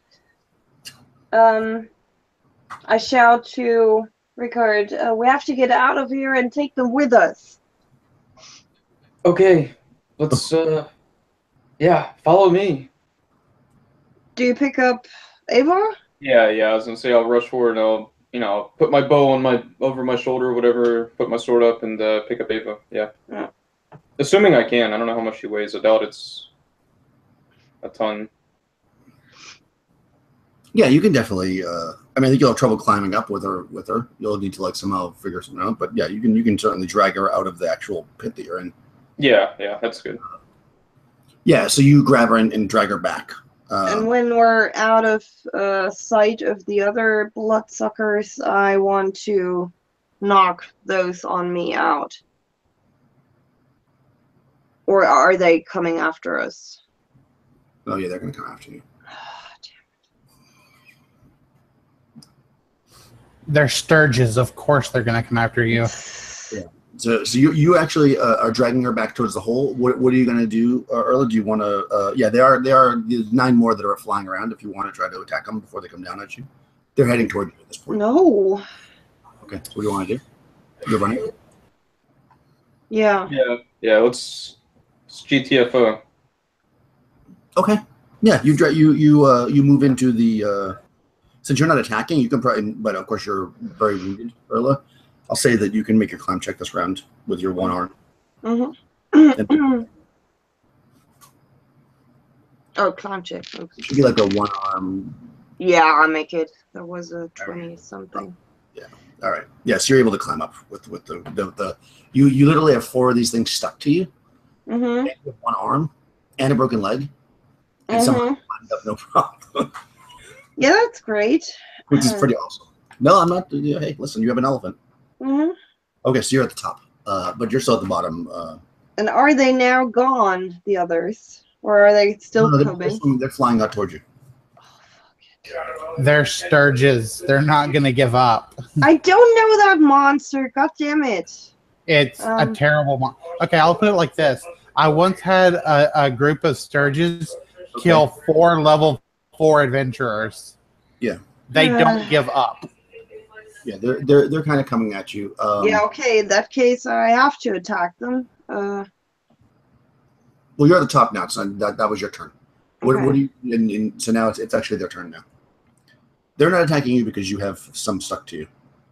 So I'm gonna say it's only 2 on Ricard. I'm gonna just give a chance that they'll attack you. Let me see. Let's say a 30% chance. Where's my other die?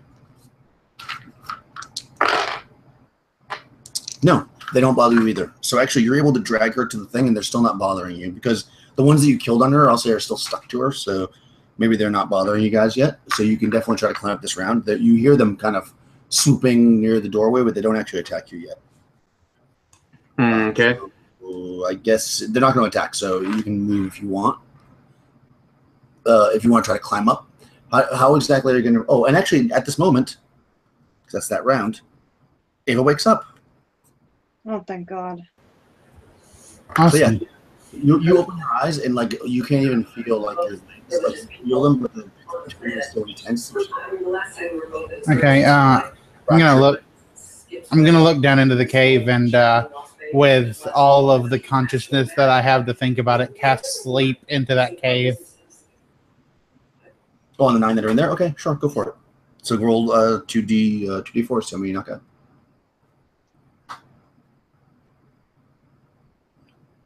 6. Nice. Okay. So 6 of them just drop and they land on the ground.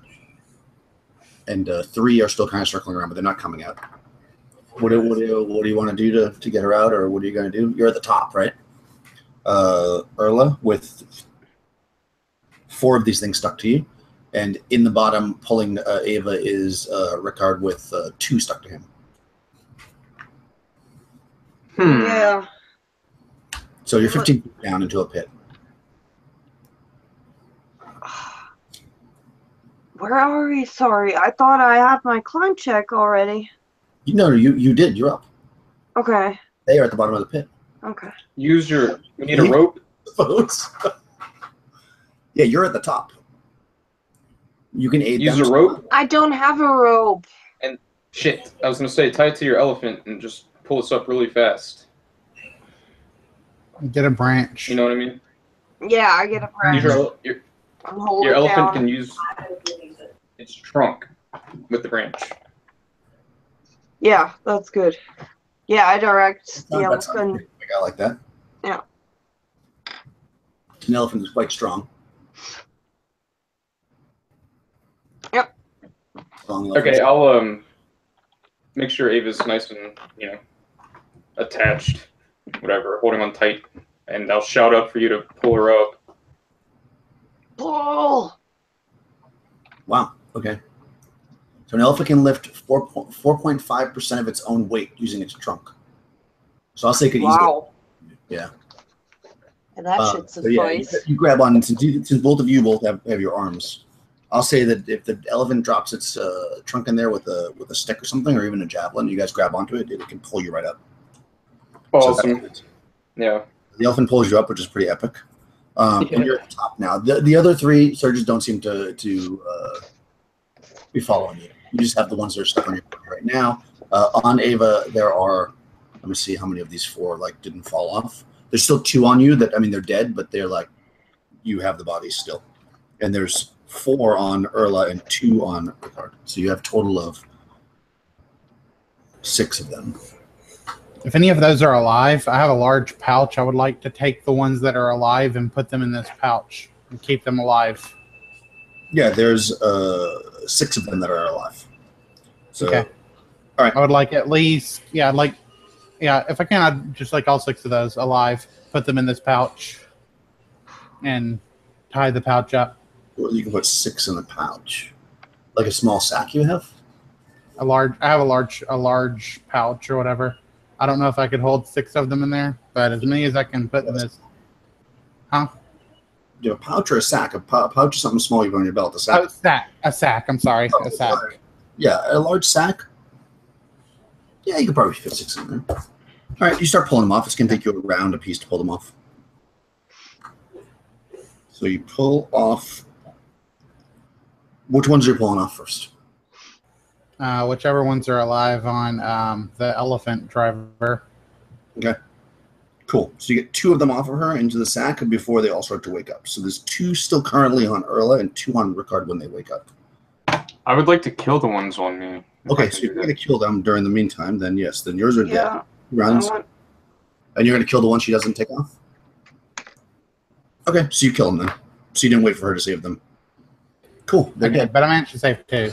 Hopefully a male and a female. Yeah, you've got 2 that are alive, and as soon as they wake up, they start freaking out inside the sack, and they're flipping all around and making a big shindig. Let's go. Okay, you've obviously never had a wild animal in a bag before. I mean, there's not really much I can do about it. I could slam them around, but I'm trying not to harm them, and I'm hoping it's a male and a female in this bag. Mm-hmm. Yeah. Okay. All right, cool. So you somehow with 2 broken, crushed legs were able to pull the things off. Well, I mean, one arm at a time. Put it in a sack. Put the other one in a sack. I start to wake up, grab the closed sack, and they're flipping out with my one good arm. I'm just like, oh, whatever. One arm. You have one arm and both your legs are broken. Yeah. One of so which they're is flipping out the bag with my one good arm, and I'm just like, yeah, you can fight all you want. I don't care. Okay. That's just so weird that I'm just going to allow it. So you actually have a broken arm and two broken legs and a crushed leg. Oh no, you have a crushed arm. Oh Jesus! All right, we got to figure all that out. So yeah, you're going to be a heck of a mess for a while. But yeah, you feel like you've got the bats, as it would be, or the mosquitoes. And what do you want to do? Go back. You're taking the dead ones, right? Someone has to collapse. Yeah. And we're taking the dead ones as well, of course. Yeah. But I'm hoping that maybe if I can offer these alive ones, maybe she can put them asleep again. And maybe she'll be able to breed them in captivity. Cool. About going back. Yeah, right. That sounds reasonable. Wow, okay. Good job. Yeah, you're able to do that. It's not a big deal. You get back to the... That's why I was trying to keep them alive. Or to breed them. Interesting. Okay. It's a good plan. You were just asleep, so you couldn't really... all right, so you get back. And she's happy that you brought the bats. And Does she cast sleep on the bag? she says she doesn't cast spells. She's already told you that. Oh. But she says, Okay. but she's got like a cage. So she basically just takes the bag and puts it in the cage. You know, and reaches Hands me my bag back. Well, she probably cuts it open to get it out. Oh. We'll give you a different All right. bag. That'll be fun. She'll give you a different bag. How's that? Okay, cool. But yeah, you're able to do this, and actually, she offers you if you want to stay here to heal up because you guys are pretty. Yes. Yes, we would very much so appreciate. Probably that. like I'm just gonna nearly. I'm going to roll anything. It's going to take you over 6 months to heal. Jesus. Yeah, not you.